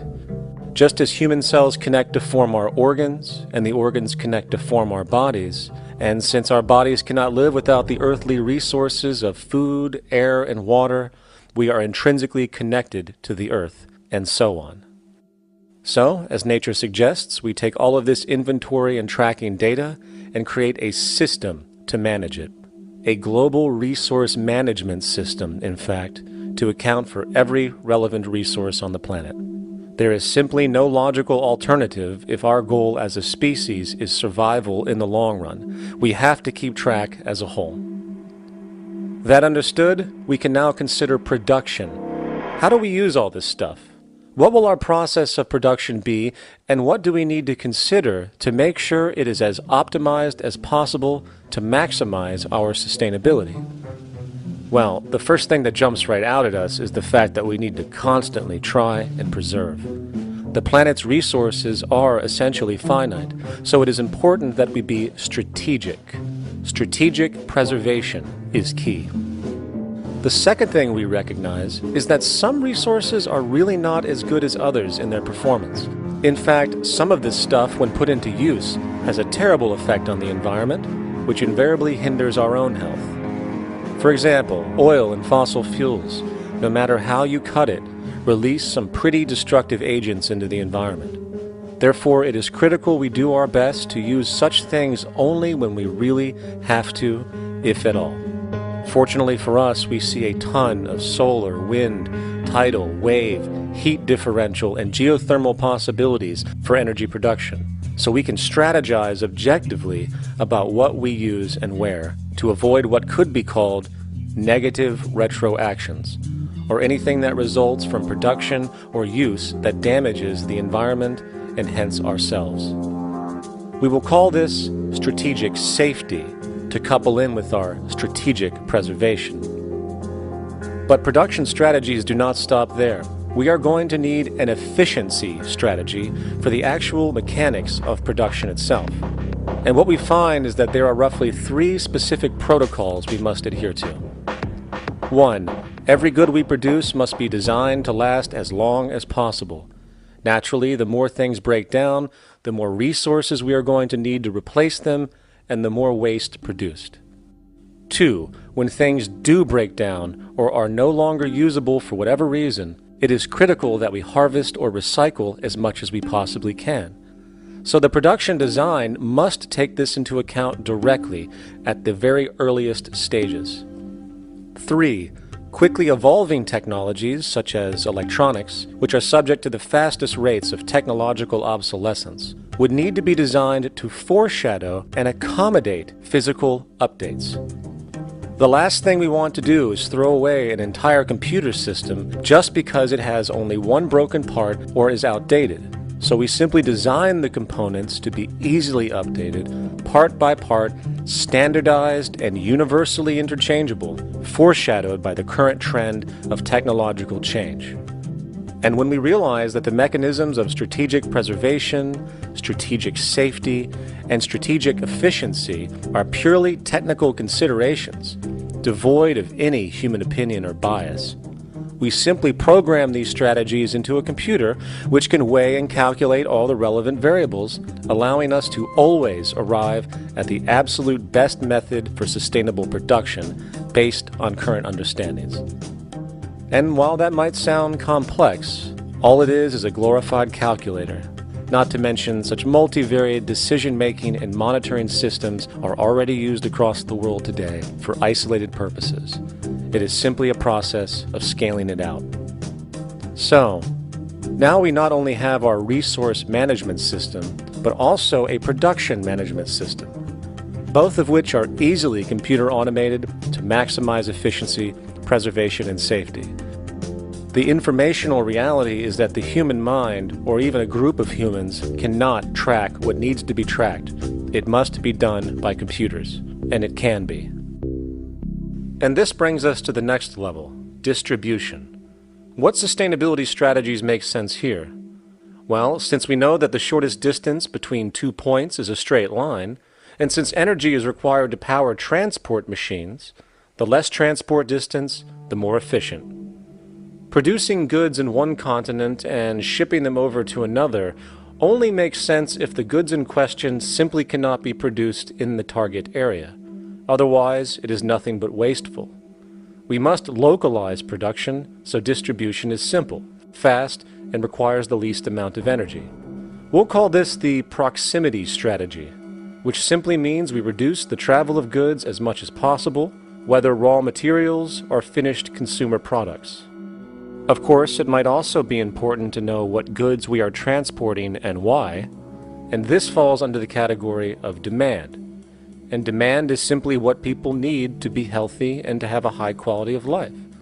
The spectrum of material human needs range from core life-supporting necessities, such as food, clean water, shelter, to social and recreational goods, which allow for relaxation and personal social enjoyment, both important factors in human and social health overall. So, very simply, we take another survey. People describe their needs, demand is assessed, and production begins based on that demand. And since the level of demand of different goods will naturally fluctuate and change around different regions, we need to create a demand distribution tracking system, so to avoid overruns and shortages. Of course, this idea is old news. It is used in every major store chain today to make sure they keep up with their inventory. Only this time we are tracking on a global scale. But, wait a minute, we really can't fully understand demand if we don't account for the actual usage of the good itself. Is it logical and sustainable for every single human to, say, have one of everything made, regardless of their usage? No, that would be simply wasteful and inefficient. If a person has a need for a good, but that need is only for, say, 45 minutes a day on average, it would be much more efficient if that good was made available to them and to others when needed. Many forget that it isn't the good that they want, it is the purpose of that good.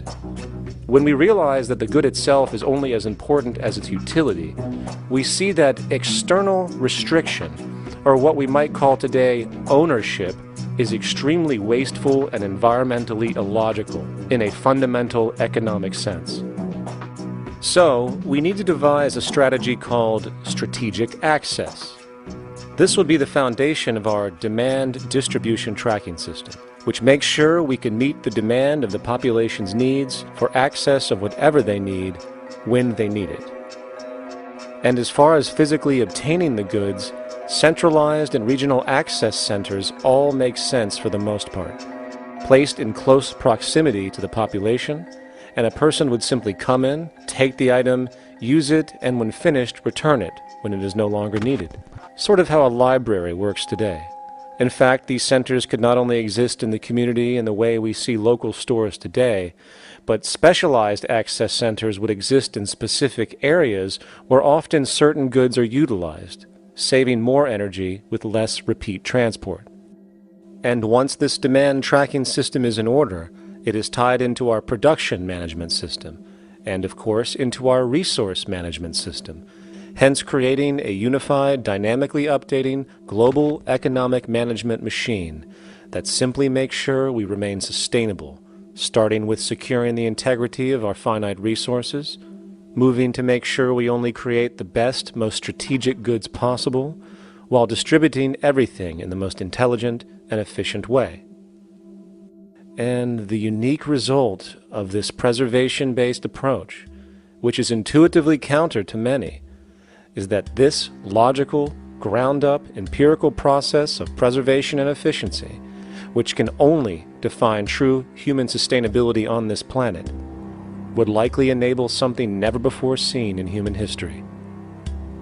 Access abundance, not just for a percentage of the global population, but the entire civilization.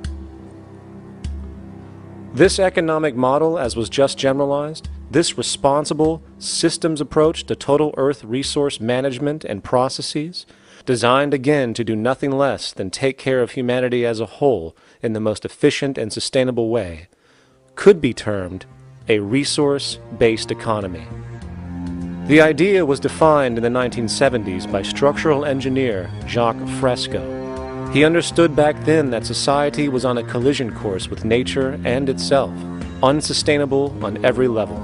And if things didn't change, we would destroy ourselves one way or another. Are all these things you're saying, Jacques, could they be built with what we know today, or are some of these things, are you guessing based on what we know today? No. All of these things can be built with what we know today. It would take 10 years to change the surface of the earth, to rebuild the world into a second Garden of Eden. The choice lies with you. The stupidity of a nuclear arms race, the development of weapons, trying to solve your problems politically by electing this political party or that political party, that all politics is immersed in corruption. Let me say it again. Communism, socialism, fascism, the Democrats, the liberals, we want to absorb human beings. All organizations that believe in a better life for man, there are no Negro problems or Polish problems or Jewish problems or Greek problems or women's problems. They're human problems. I'm not afraid of anybody. I don't work for anyone. No one can discharge me. I have no boss. I am afraid to live in the society we live in today. Our society cannot be maintained by this type of incompetency. It was great, the free enterprise system, about 35 years ago. That was the last of its usefulness. Now we've got to change our way of thinking or perish. The horror movies of the future will be our society, the way it didn't work. And politics would be part of a horror movie. Lots of people today use the term cold science because they're analytical. And they don't even know what analytical means. Science means closer approximations of the way the world really works. So it's telling the truth, is what it is. A scientist doesn't try to get along with people. They tell them what their findings are. They have to question all things. And if some scientist comes up with an experiment that shows certain materials have certain strength, other scientists have to be able to duplicate that experiment and come up with the same results. Even if a scientist feels that an airplane wing, due to mathematics or calculations, can hold up a given amount of weight, they still pile sandbags on it to see when it breaks. And they say, you know, my calculations are right, or they're not correct. I love that system because it's free of bias and free of thinking that math can solve all the problems. You have to put your math to test also. I think that every system that can be put to test should be put to test, and that all decisions should be based upon research. A resource-based economy is simply the scientific method applied to social concern, an approach utterly absent in the world today. Society is a technical invention, and the most efficient methods of optimized human health, physical production, distribution, city infrastructure, and the like reside in the field of science and technology, not politics or monetary economics. It operates in the same systematic way as, say, an airplane, and there is no Republican or liberal way to build an airplane. Likewise, nature itself is the physical referent we use to prove our science, and it is a set system, emerging only from our increased understanding of it. In fact, it has no regard for what you subjectively think or believe to be true. Rather, it gives you an option. You can learn and fall in line with its natural laws and conduct yourself accordingly, invariably creating good health and sustainability, or you can go against the current to no avail. It doesn't matter how much you believe you can just stand up right now and walk on the wall next to you. The law of gravity will not allow it. If you do not eat, you will die. If you are not touched as an infant, you will die. As harsh as it may sound, nature is a dictatorship, and we can either listen to it and come in harmony with it, or suffer the inevitable adverse consequences. So, a resource-based economy is nothing more than a set of proven, life-supporting understandings where all decisions are based upon optimized human and environmental sustainability. It takes into account the empirical life ground, which every human being shares as a need, regardless, again, of their political or religious philosophy. There is no cultural relativism to this approach. It isn't a matter of opinion. Human needs are human needs, and having access to the necessities of life, such as clean air, nutritious food, and clean water, along with a positively reinforcing, stable, nurturing, and non-violent environment, is demanded for our mental and physical health, our evolutionary fitness, and hence the species' survival itself. A resource-based economy would be based upon available resources. You can't just bring a lot of people to an island or build a city of 50,000 people without having access to the necessities of life. So when I use the term a comprehensive systems approach, I'm talking about doing an inventory of the area first and determining what that area can supply, not just architectural approach, not just design approach, but design must be based on all of the requirements to enhance human life. And that's what I mean by an integrated way of thinking.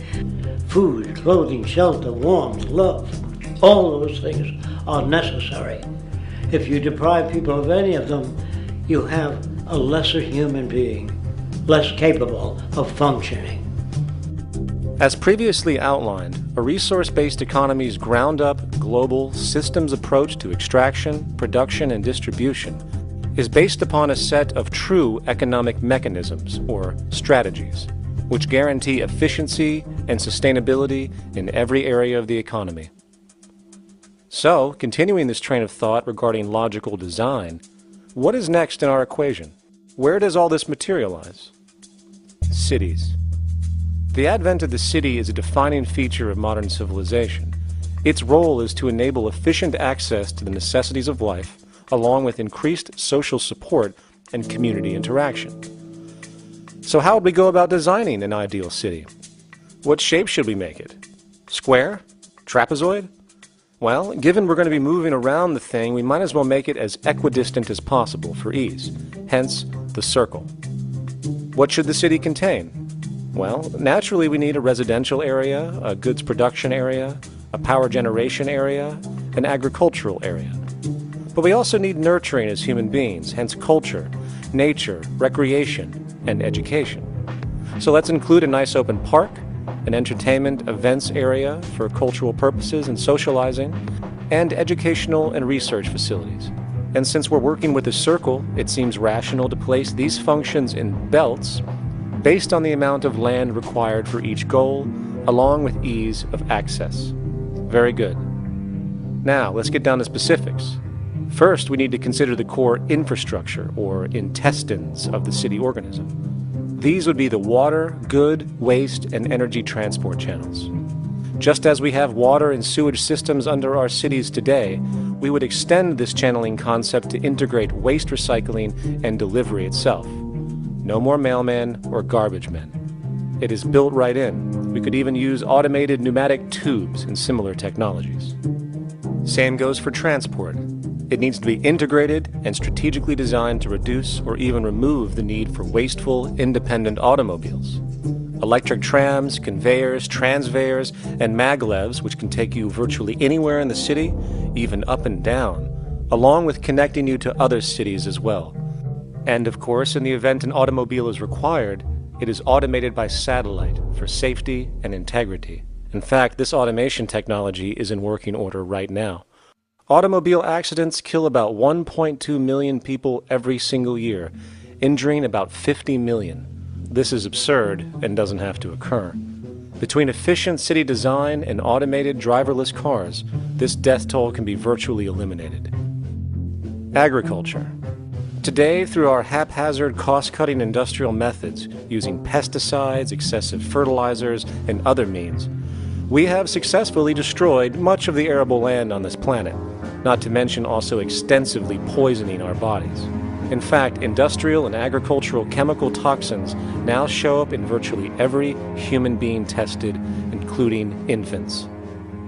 Fortunately, there is a glaring alternative: the soilless mediums of hydroponics and aeroponics, which also reduce nutrient and water requirements by up to 75% of our current usage.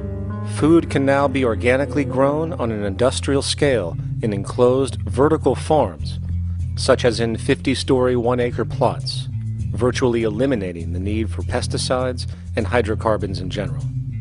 This is the future of industrial food cultivation, efficient, clean, and abundant. So, such advanced systems would be, in part, what comprise our agricultural belt, producing all the food required for the entire city's population, with no need to import anything from the outside, saving time, waste, and energy.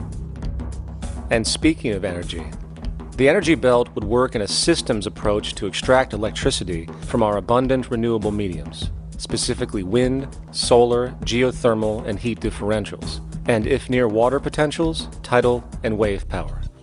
To avoid intermittency and make sure a positive net energy return occurs, these mediums would operate in an integrated system, powering each other when needed, while storing excessive energy to large supercapacitors under the ground, so nothing can go to waste. And not only does the city power itself, particular structures will also power independently and generate electricity through photovoltaic paints, structural pressure transducers, the thermocouple effect, and other current but underutilized technologies. But of course, this begs the question, how does this technology and goods in general get created in the first place? This brings us to production. The industrial belt, apart from having hospitals and the like, would be the hub of factory production. Completely localized overall, it would of course obtain raw materials by way of the global resource management system just discussed, with demand being generated by the population of the city itself.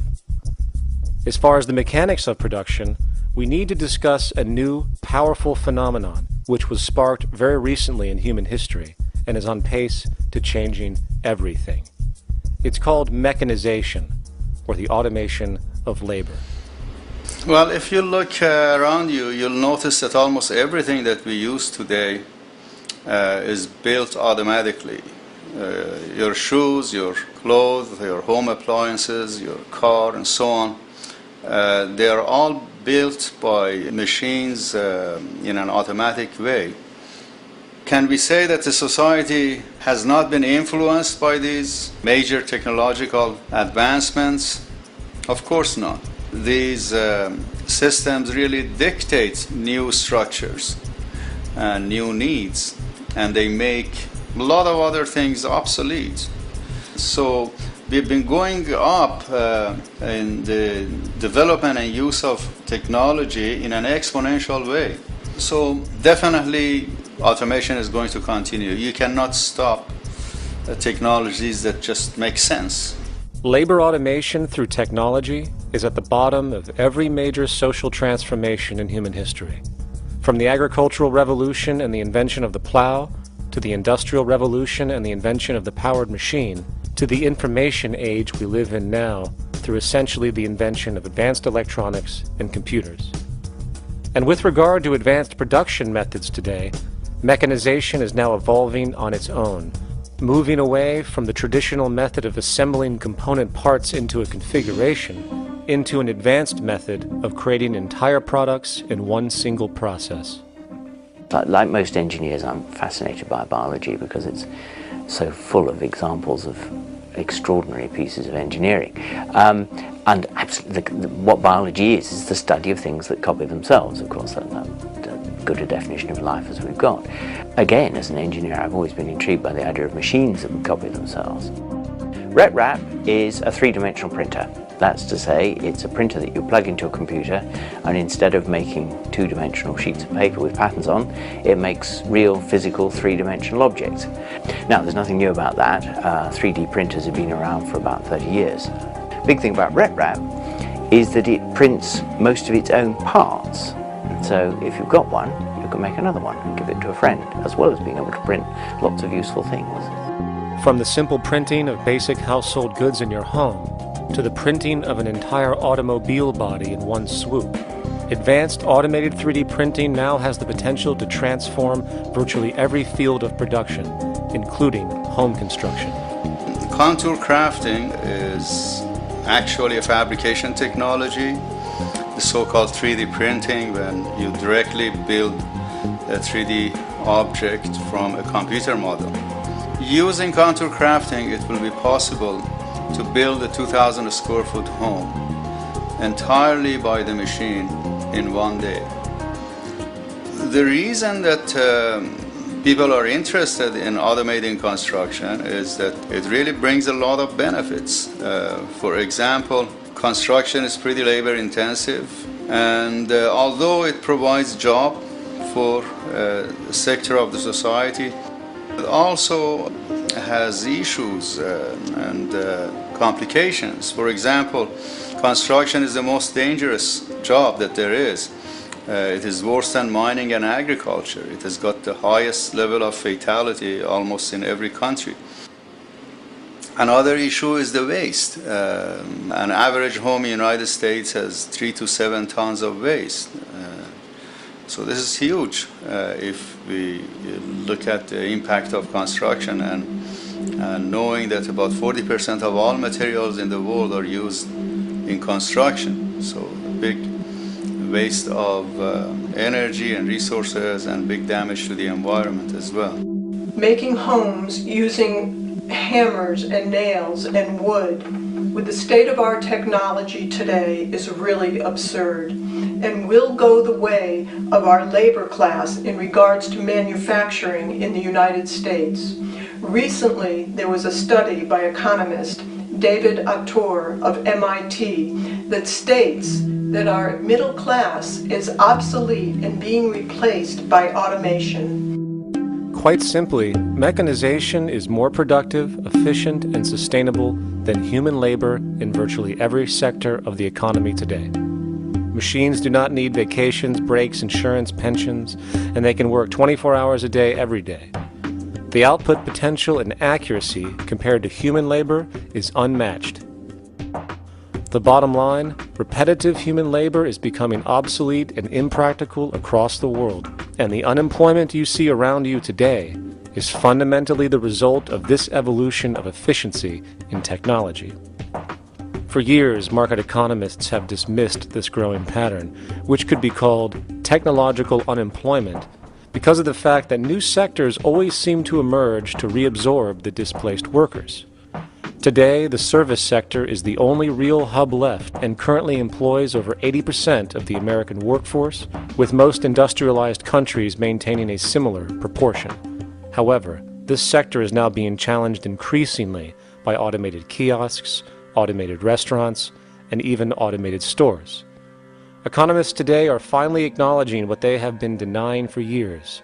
Not only is technological unemployment exacerbating the current labor crisis we see across the world due to the global economic downturn, but the more the recession deepens, the faster the industries are mechanizing.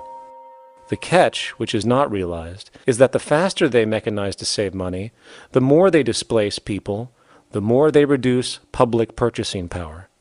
This means that while the corporation can produce everything more cheaply, fewer and fewer people will actually have money to buy anything, regardless of how cheap they become. The bottom line is that the labor for income game is slowly coming to an end. In fact, if you take a moment to reflect on the jobs which are in existence today, which automation could take over right now if applied, 75% of the global workforce could be replaced by mechanization tomorrow. And this is why, in a resource-based economy, there is no monetary market system, no money at all, for there is no need. A resource-based economy recognizes the efficiency of mechanization and accepts it for what it offers. It doesn't fight it like we do today. Why? Because it is irresponsible not to, given any interest in efficiency and sustainability. And this brings us back to our city system. In the center is the central dome, which not only houses the educational facilities and transportation hub, it also hosts the mainframe that runs the city's technical operations. The city is, in fact, one big automated machine. It has sensors in all technical belts to track the progress of agriculture, energy gathering, production, distribution, and the like. Now, would people be needed to oversee these operations in the event of a malfunction or the like? Most probably yes, but that number would decrease over time as improvements continue. However, as of today, maybe 3% of the city population would be needed for this job when you break it down. And I can assure you that in an economic system which is actually designed to take care of you and secure your well-being, without you having to submit to a private dictatorship on a daily basis, usually to a job that is either technically unnecessary or socially pointless, while often struggling with debt that doesn't exist just to make ends meet.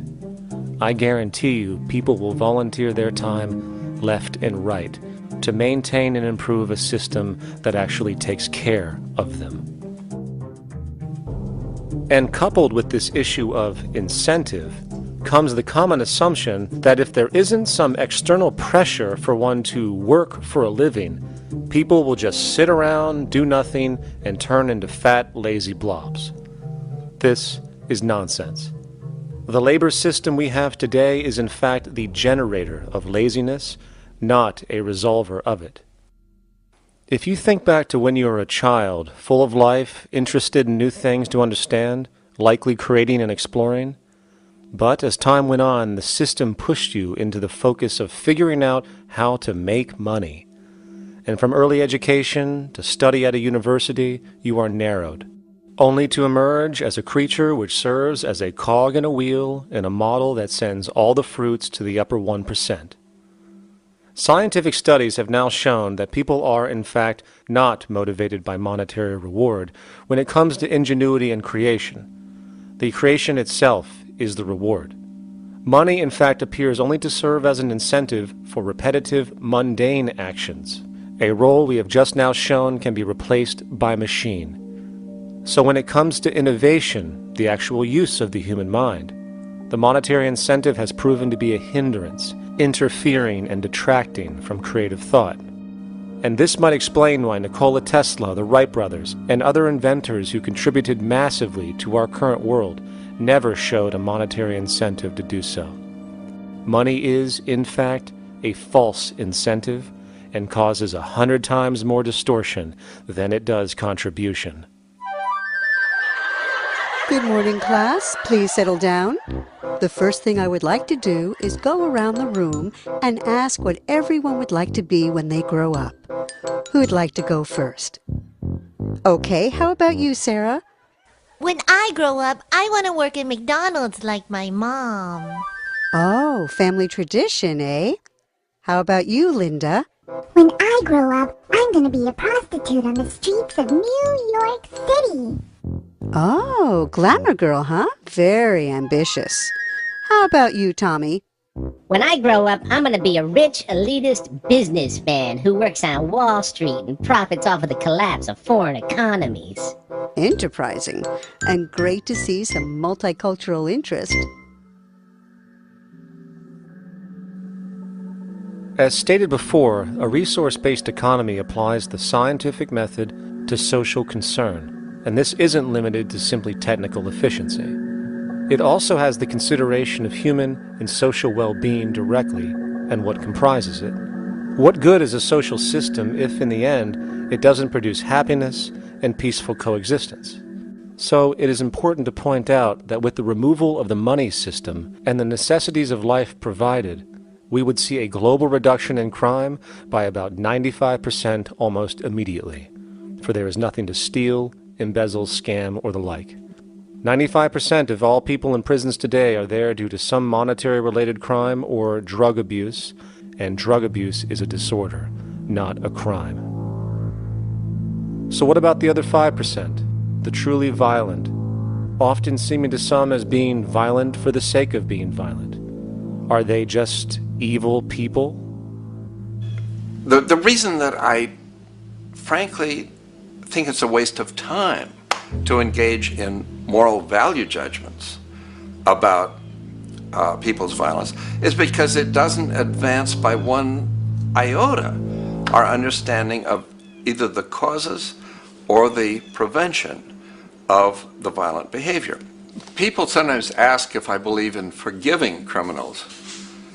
My answer to that is, no, I don't believe in forgiveness any more than I believe in condemnation. It's only if we as a society can take the same attitude of treating violence as a problem in public health and preventive medicine rather than as a moral evil. It's only when we make that change in our own attitudes and assumptions and values that we will actually succeed in reducing the level of violence rather than stimulating it, which is what we do now. The more justice you seek, the more hurt you become, because there's no such thing as justice. There is whatever there is out there. That's it. In other words, if people are conditioned to be racist, bigots, If they're brought up in an environment that advocates that, why do you blame the person for it? They're a victim of a subculture. Therefore, they have to be helped. The point is, we have to redesign the environment that produces aberrant behavior. That's the problem, not putting a person in jail. That's why judges, lawyers, freedom of choice, such concepts are dangerous because it gives you misinformation that the person is bad or that person is a serial killer. Serial killers are made just like soldiers become serial killers with a machine gun. They become killing machines, but nobody looks at them as murderers or assassins because that's natural. So we blame people. We say, well, this guy was a Nazi, he tortured Jews. No, he was brought up to torture Jews. Once you accept the fact that people have individual choices and they're free to make those choices, free to make choices means without being influenced. And I can't understand that at all. All of us are influenced in all our choices by the culture we live in, by our parents, and by the values that dominate. So we're influenced. So there can't be free choices. What's the greatest country in the world? The true answer, I haven't been all over the world, and I don't know enough about different cultures to answer that question. I don't know anybody that speaks that way. They say, it's good old USA, the greatest country in the world. There's no survey. Have you been to India? No. Have you been to England? No. Have you been to France? No. What do you make your assumptions on? They can't answer. They get mad at you. They say, well, goddamn it, who the hell are you to tell me what to think? You know, don't forget, you're dealing with aberrated people. They're not responsible for their answers. They're victims of culture. That means they've been influenced by their culture.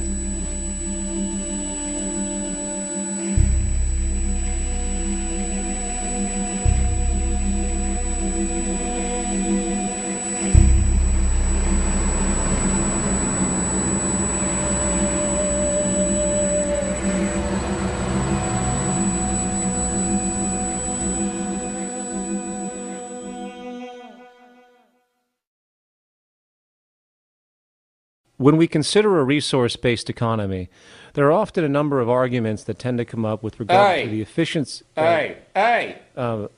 Now hold on just a minute. Yes? I know what this is. This is called Marxism, buddy. Stalin killed 800 billion people because of ideas like this. My father died in the gulag. Hold on. Communist, fascist. You don't like America, you should just leave. All right, everybody just calm down. Death to the New World Order. Death to the New World Order. And as the irrationality of the audience grew, shocked and confused, suddenly the narrator suffered a fatal heart attack. And the seemingly communist propaganda film was no more.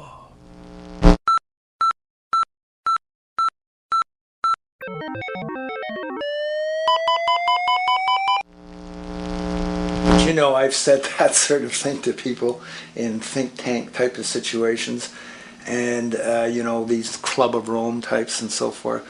Marxist. What Marxist? Where did that come from? You know, they got this icon they hold on to as their holy grail.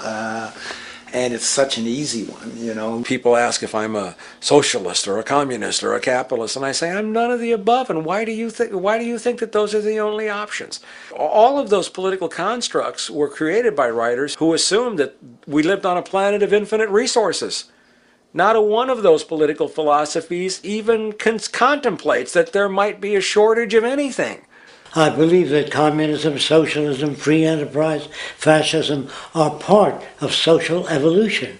That you can't take a giant step from one culture to another, but they're in-between systems. Before there's any ism, we've got a life ground, and the life ground is, as I just described most easily, it's all the conditions required to take your next breath, and that involves the air you breathe, the water you get, the safety you have, the education you can access, all these things that we share and use and that no life in any culture can do without. So we've got to reset down to the life ground, and the life ground is no longer any ism. It's life value analysis. It's simply a matter of historical fact that the dominant intellectual culture of any particular society reflects the interest of the dominant group in that society. In a slave-owning society, the beliefs about human beings and human rights and so on will reflect the needs of the slave owners. In a society which again is based on the power of certain people to control and profit from the lives and work of millions of others, the dominant intellectual culture will reflect the needs of the dominant group. And so that if you look across the board, the ideas that pervade psychology and sociology and history and political economy and political science fundamentally reflect certain elite interests. And the academics who question that too much tend to get shunted to the side or to be seen as sort of radicals. The dominant values of a culture tend to support and perpetuate what is rewarded by that culture. And in a society where success and status is measured by material wealth, not social contribution, it is easy to see why the state of the world is what it is today. We are dealing with a values system disorder, completely denatured, where the priority of personal and social health have become secondary to the detrimental notions of artificial wealth and limitless growth. And like a virus, this disorder now permeates every facet of government, news media, entertainment, and even academia. And built into its structure are mechanisms of protection from anything that might interfere. Disciples of the monetary market religion, the self-appointed guardians of the status quo, constantly seek out ways to avoid any form of thought which might interfere with their beliefs, the most common of which are projected dualities. If you are not a Republican, you must be a Democrat. If you are not a Christian, you might be a Satanist.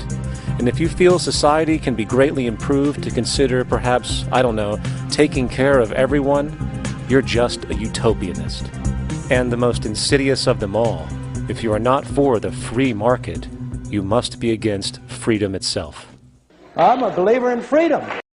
Every time you hear the word freedom being said anywhere or government interference said anywhere, it means, decoded, blocking maximization of turning money into more money for private money possessors. That's it. Every other thing they'll say, oh, we need more commodities for people, oh, this is freedom against tyranny and so forth. Every time you see it, you can decode it down to that. And I think you'll find a one-to-one correlation with every time they use it.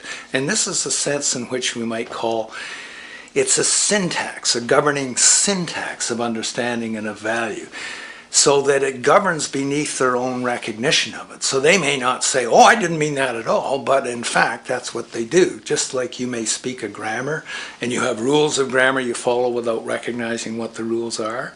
And so what we have is what I call the ruling value syntax that underlies this. So every time they use these words, government interference, lack of freedom, or progress, or development, you can decode them all to come back to mean that.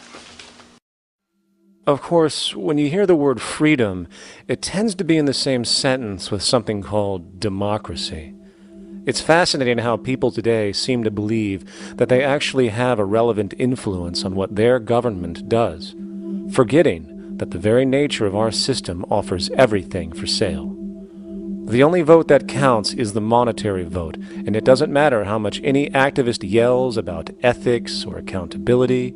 In a market system, every politician, every legislation, and hence every government is for sale.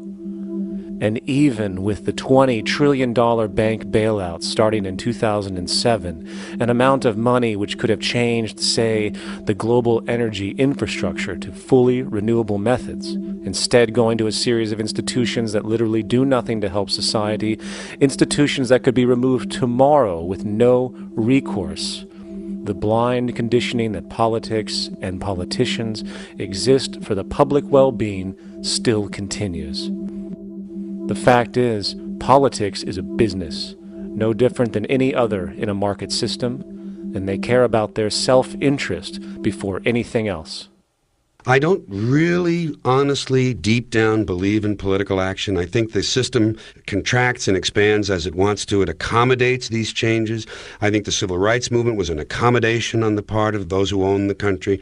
I think they see where their self-interest lies. They see a certain amount of freedom seems good, an illusion of liberty. Give these people a voting day every year so that they'll have the illusion of meaningless choice. Meaningless choice that we go like slaves and say, "Oh, I voted." The limits of debate in this country are established before the debate even begins, and everyone else is marginalized. They're made to seem either to be communists or was some sort of disloyal person, a kook, there's a word, and now it's conspiracy. Say, they've made that something that should not be even entertained for a minute, that powerful people might get together and have a plan. Doesn't happen. You're a kook. You're a conspiracy buff. And of all the mechanisms of defense of this system, there are two that repeatedly come up. The first is this idea that the system has been the cause of the material progress we have seen on this planet. Well, no. There are basically two root causes which have created the increased so-called wealth and population growth we see today. One, the exponential advancement of production technology, hence scientific ingenuity. And two, the initial discovery of abundant hydrocarbon energy, which is currently the foundation of the entire socioeconomic system.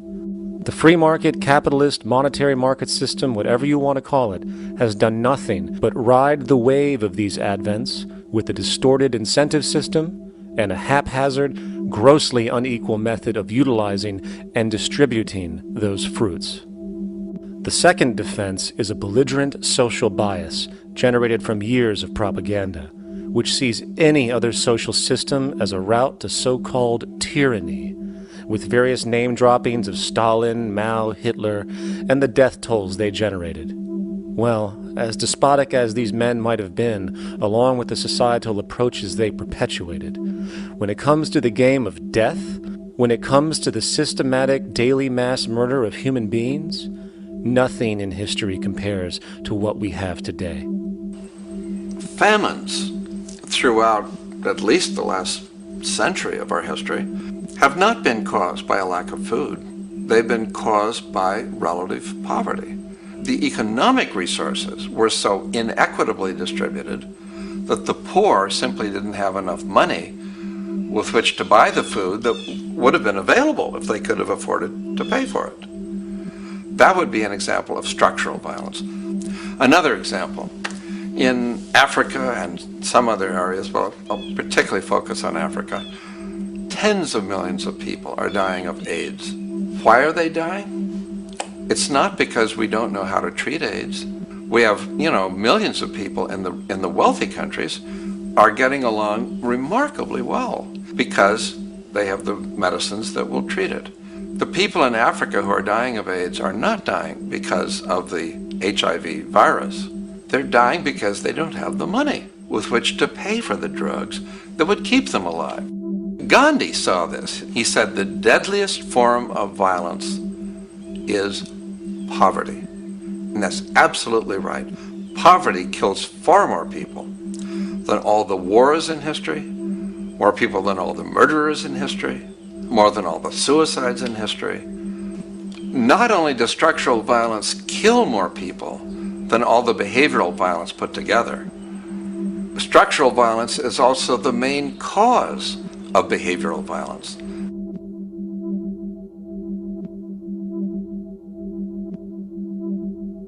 Oil is the foundation of, and it is present throughout the edifice of human civilization. There are 10 calories of hydrocarbon energy, oil and natural gas, in every calorie of food you and I eat in the industrialized world.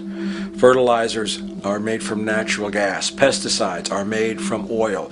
You drive oil-powered machines to plant, plow, irrigate, harvest, transport, package. You wrap the food in plastic, that's oil. All plastic is oil. There are 7 gallons of oil in every tire. Oil is everywhere. It's ubiquitous. And it's only because of oil that there are 7 billion people, or almost 7 billion people on this planet right now. The arrival of this cheap, easy energy, which is equivalent, by the way, to billions of slaves working around the clock, changed the world in such a radical way over the last century, and the population has gone up 10 times. But by 2050, oil supply is able to support less than half the present world's population in their present way of life. So the scale of adjustment to live differently is just enormous. The world is now using 6 barrels of oil for every barrel it finds. 5 years ago, it was using 4 barrels of oil for every barrel it finds. A year from now, it's going to be using 8 barrels of oil for every barrel it finds. What's disturbing to me is the lack of any real effort from governments worldwide or industry leaders worldwide to do something different. I mean, we have these sort of attempts to build more wind power and to maybe do something with tide. We've got attempts to make our cars a little bit more efficient. But there's nothing which really looks like a revolution coming along. These are all pretty minor. And that, I think, is pretty frightening. And the governments who are driven by these economists who don't really appreciate what we're talking about are trying to stimulate consumerism to restore past prosperity in the hope that they can restore the past. They're printing yet more money lacking any collateral at all. So if the economy improves and recovers and growth, famous growth comes back, it'll only be short-lived because within a short period of time, counted in months rather than years, it'll hit the supply barrier again. There'll be another price shock and a deeper recession. So I think we go into a series of vicious circles. So you have the economic growth going up, price spike, everything shuts down, that's where we are now. Then it starts to come up again. But what we have now is this area where there's no more ability to produce cheap energy. We're at the peak. We're on the downslope of oil production. No way you're going to get any more out of the ground any faster, which means that things shut down. The price of oil drops, which it did in early 2009, but then as you have an ersatz so-called recovery, the price of oil starts to come back. It's recently been hovering around $80 a barrel, and what we see is at $80 a barrel now, with the economic and financial collapse, people are having a hard time affording that. World oil production right now is about 86 million barrels a day. Over 10 years, you're looking at roughly 40 million barrels a day having to be replaced. There's nothing around which can come even within 1% of meeting that sort of demand. If we don't do something pretty quickly, there's going to be a huge energy deficiency. I think the big mistake is in not recognizing a decade or so ago that a concerted effort needed to be made to develop these sustainable forms of energy. I think that's something our grandchildren will look back on with total disbelief. You people knew that you were dealing with a finite commodity. How could you possibly have built your economy around something which was going to disappear? For the first time in human history, the species is now faced with the depletion of a core resource central to our current system of survival. And the punchline of the whole thing is that even with oil becoming more and more scarce, the economic system will still blindly push its cancerous growth model, so people can go out and buy more oil-powered cars to generate GDP and jobs, exacerbating the decline. Are there solutions to replace the edifice of the hydrocarbon economy? Of course. But the path needed to accomplish these changes will not manifest through the market system protocols required, since new solutions can only be implemented through the profit mechanism. People are not investing in renewable energies because there is no money in it in both the long and short term, and the commitment needed to make it happen can only occur at a severe financial loss. Hence, there is no monetary incentive, and in this system, if there's no monetary incentive, things do not happen. And on top of it all, peak oil is just one of many surfacing consequences of the environmental social train wreck gaining speed today. Other declines include freshwater, the very fabric of our existence, which is currently showing shortages for 2.8 billion people, and those shortages are on pace to reach 4 billion by 2030. Food production, the destruction of arable cropland, from which 99.7% of all human food comes from today, is occurring up to 40 times faster than it is being replenished. And over the last 40 years, 30% of the arable land has become unproductive. not to mention that hydrocarbons are the backbone of agriculture today, and as it declines, so will the food supply.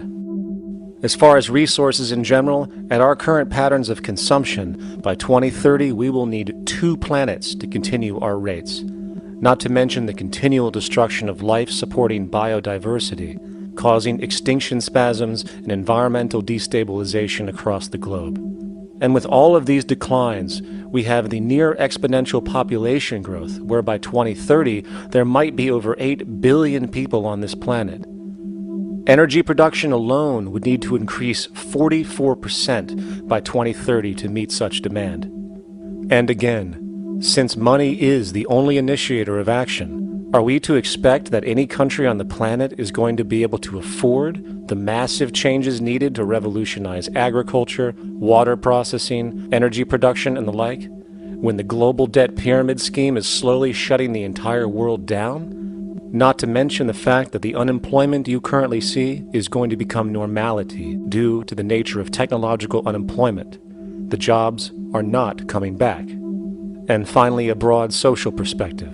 From 1970 to 2010, poverty on this planet doubled due to this system. And given our current state, do you honestly think we will see anything less than more doubling, more suffering, and more mass starvation? There is not going to be any recovery. This is not some long depression that we're someday going to pull out of.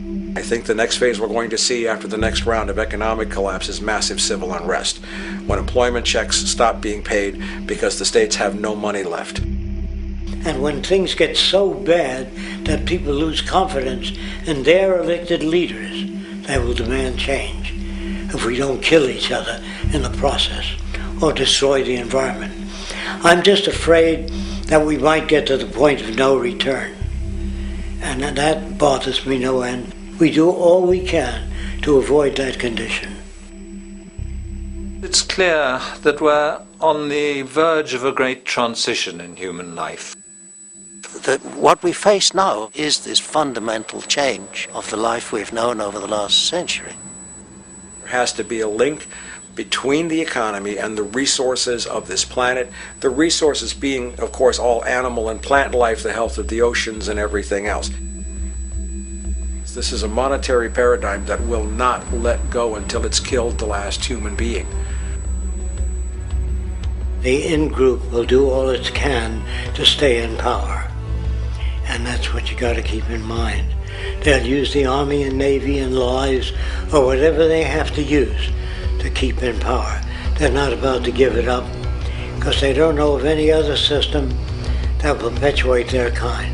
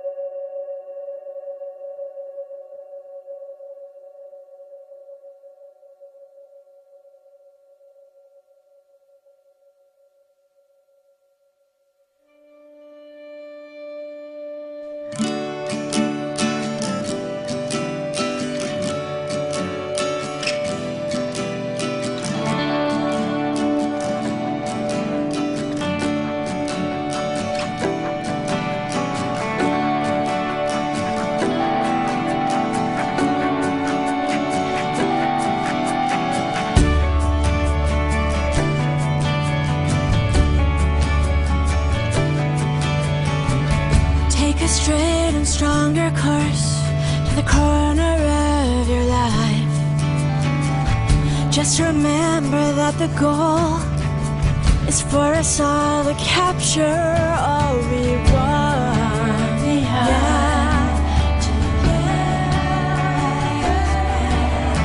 Don't surround yourself with yourself. Move on back to squares. Send an instant karma to me, and I shall live with love and care for yourself. 'Cause it's time and time with your time, and its news is captured for the queen to use.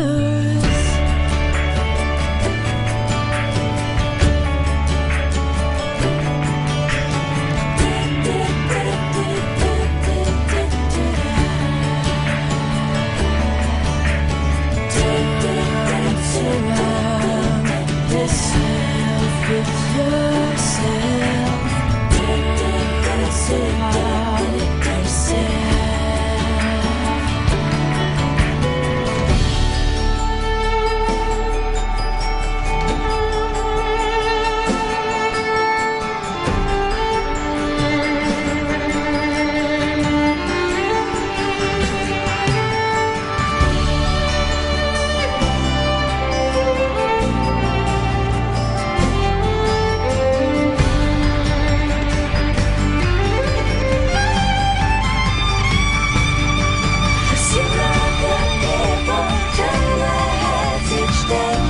Satisfied, I'm on my way.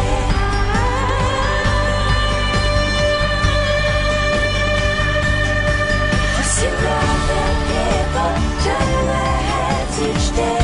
So satisfied, I'm on my way.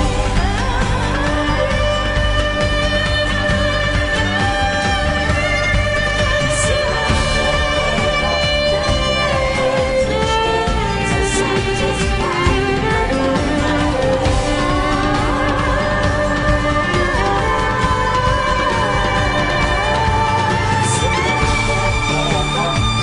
their heads each day. So satisfied.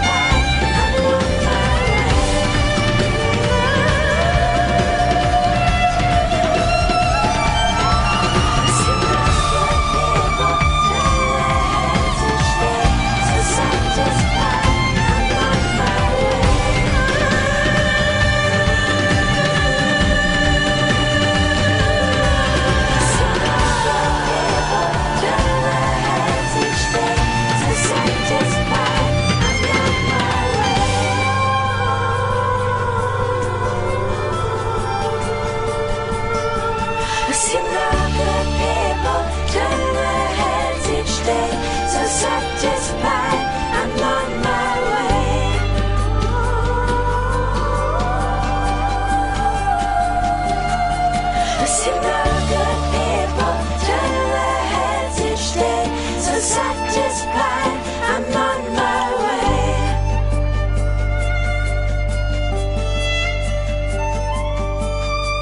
I see no good people turn their heads each day. So satisfied, I'm on my way.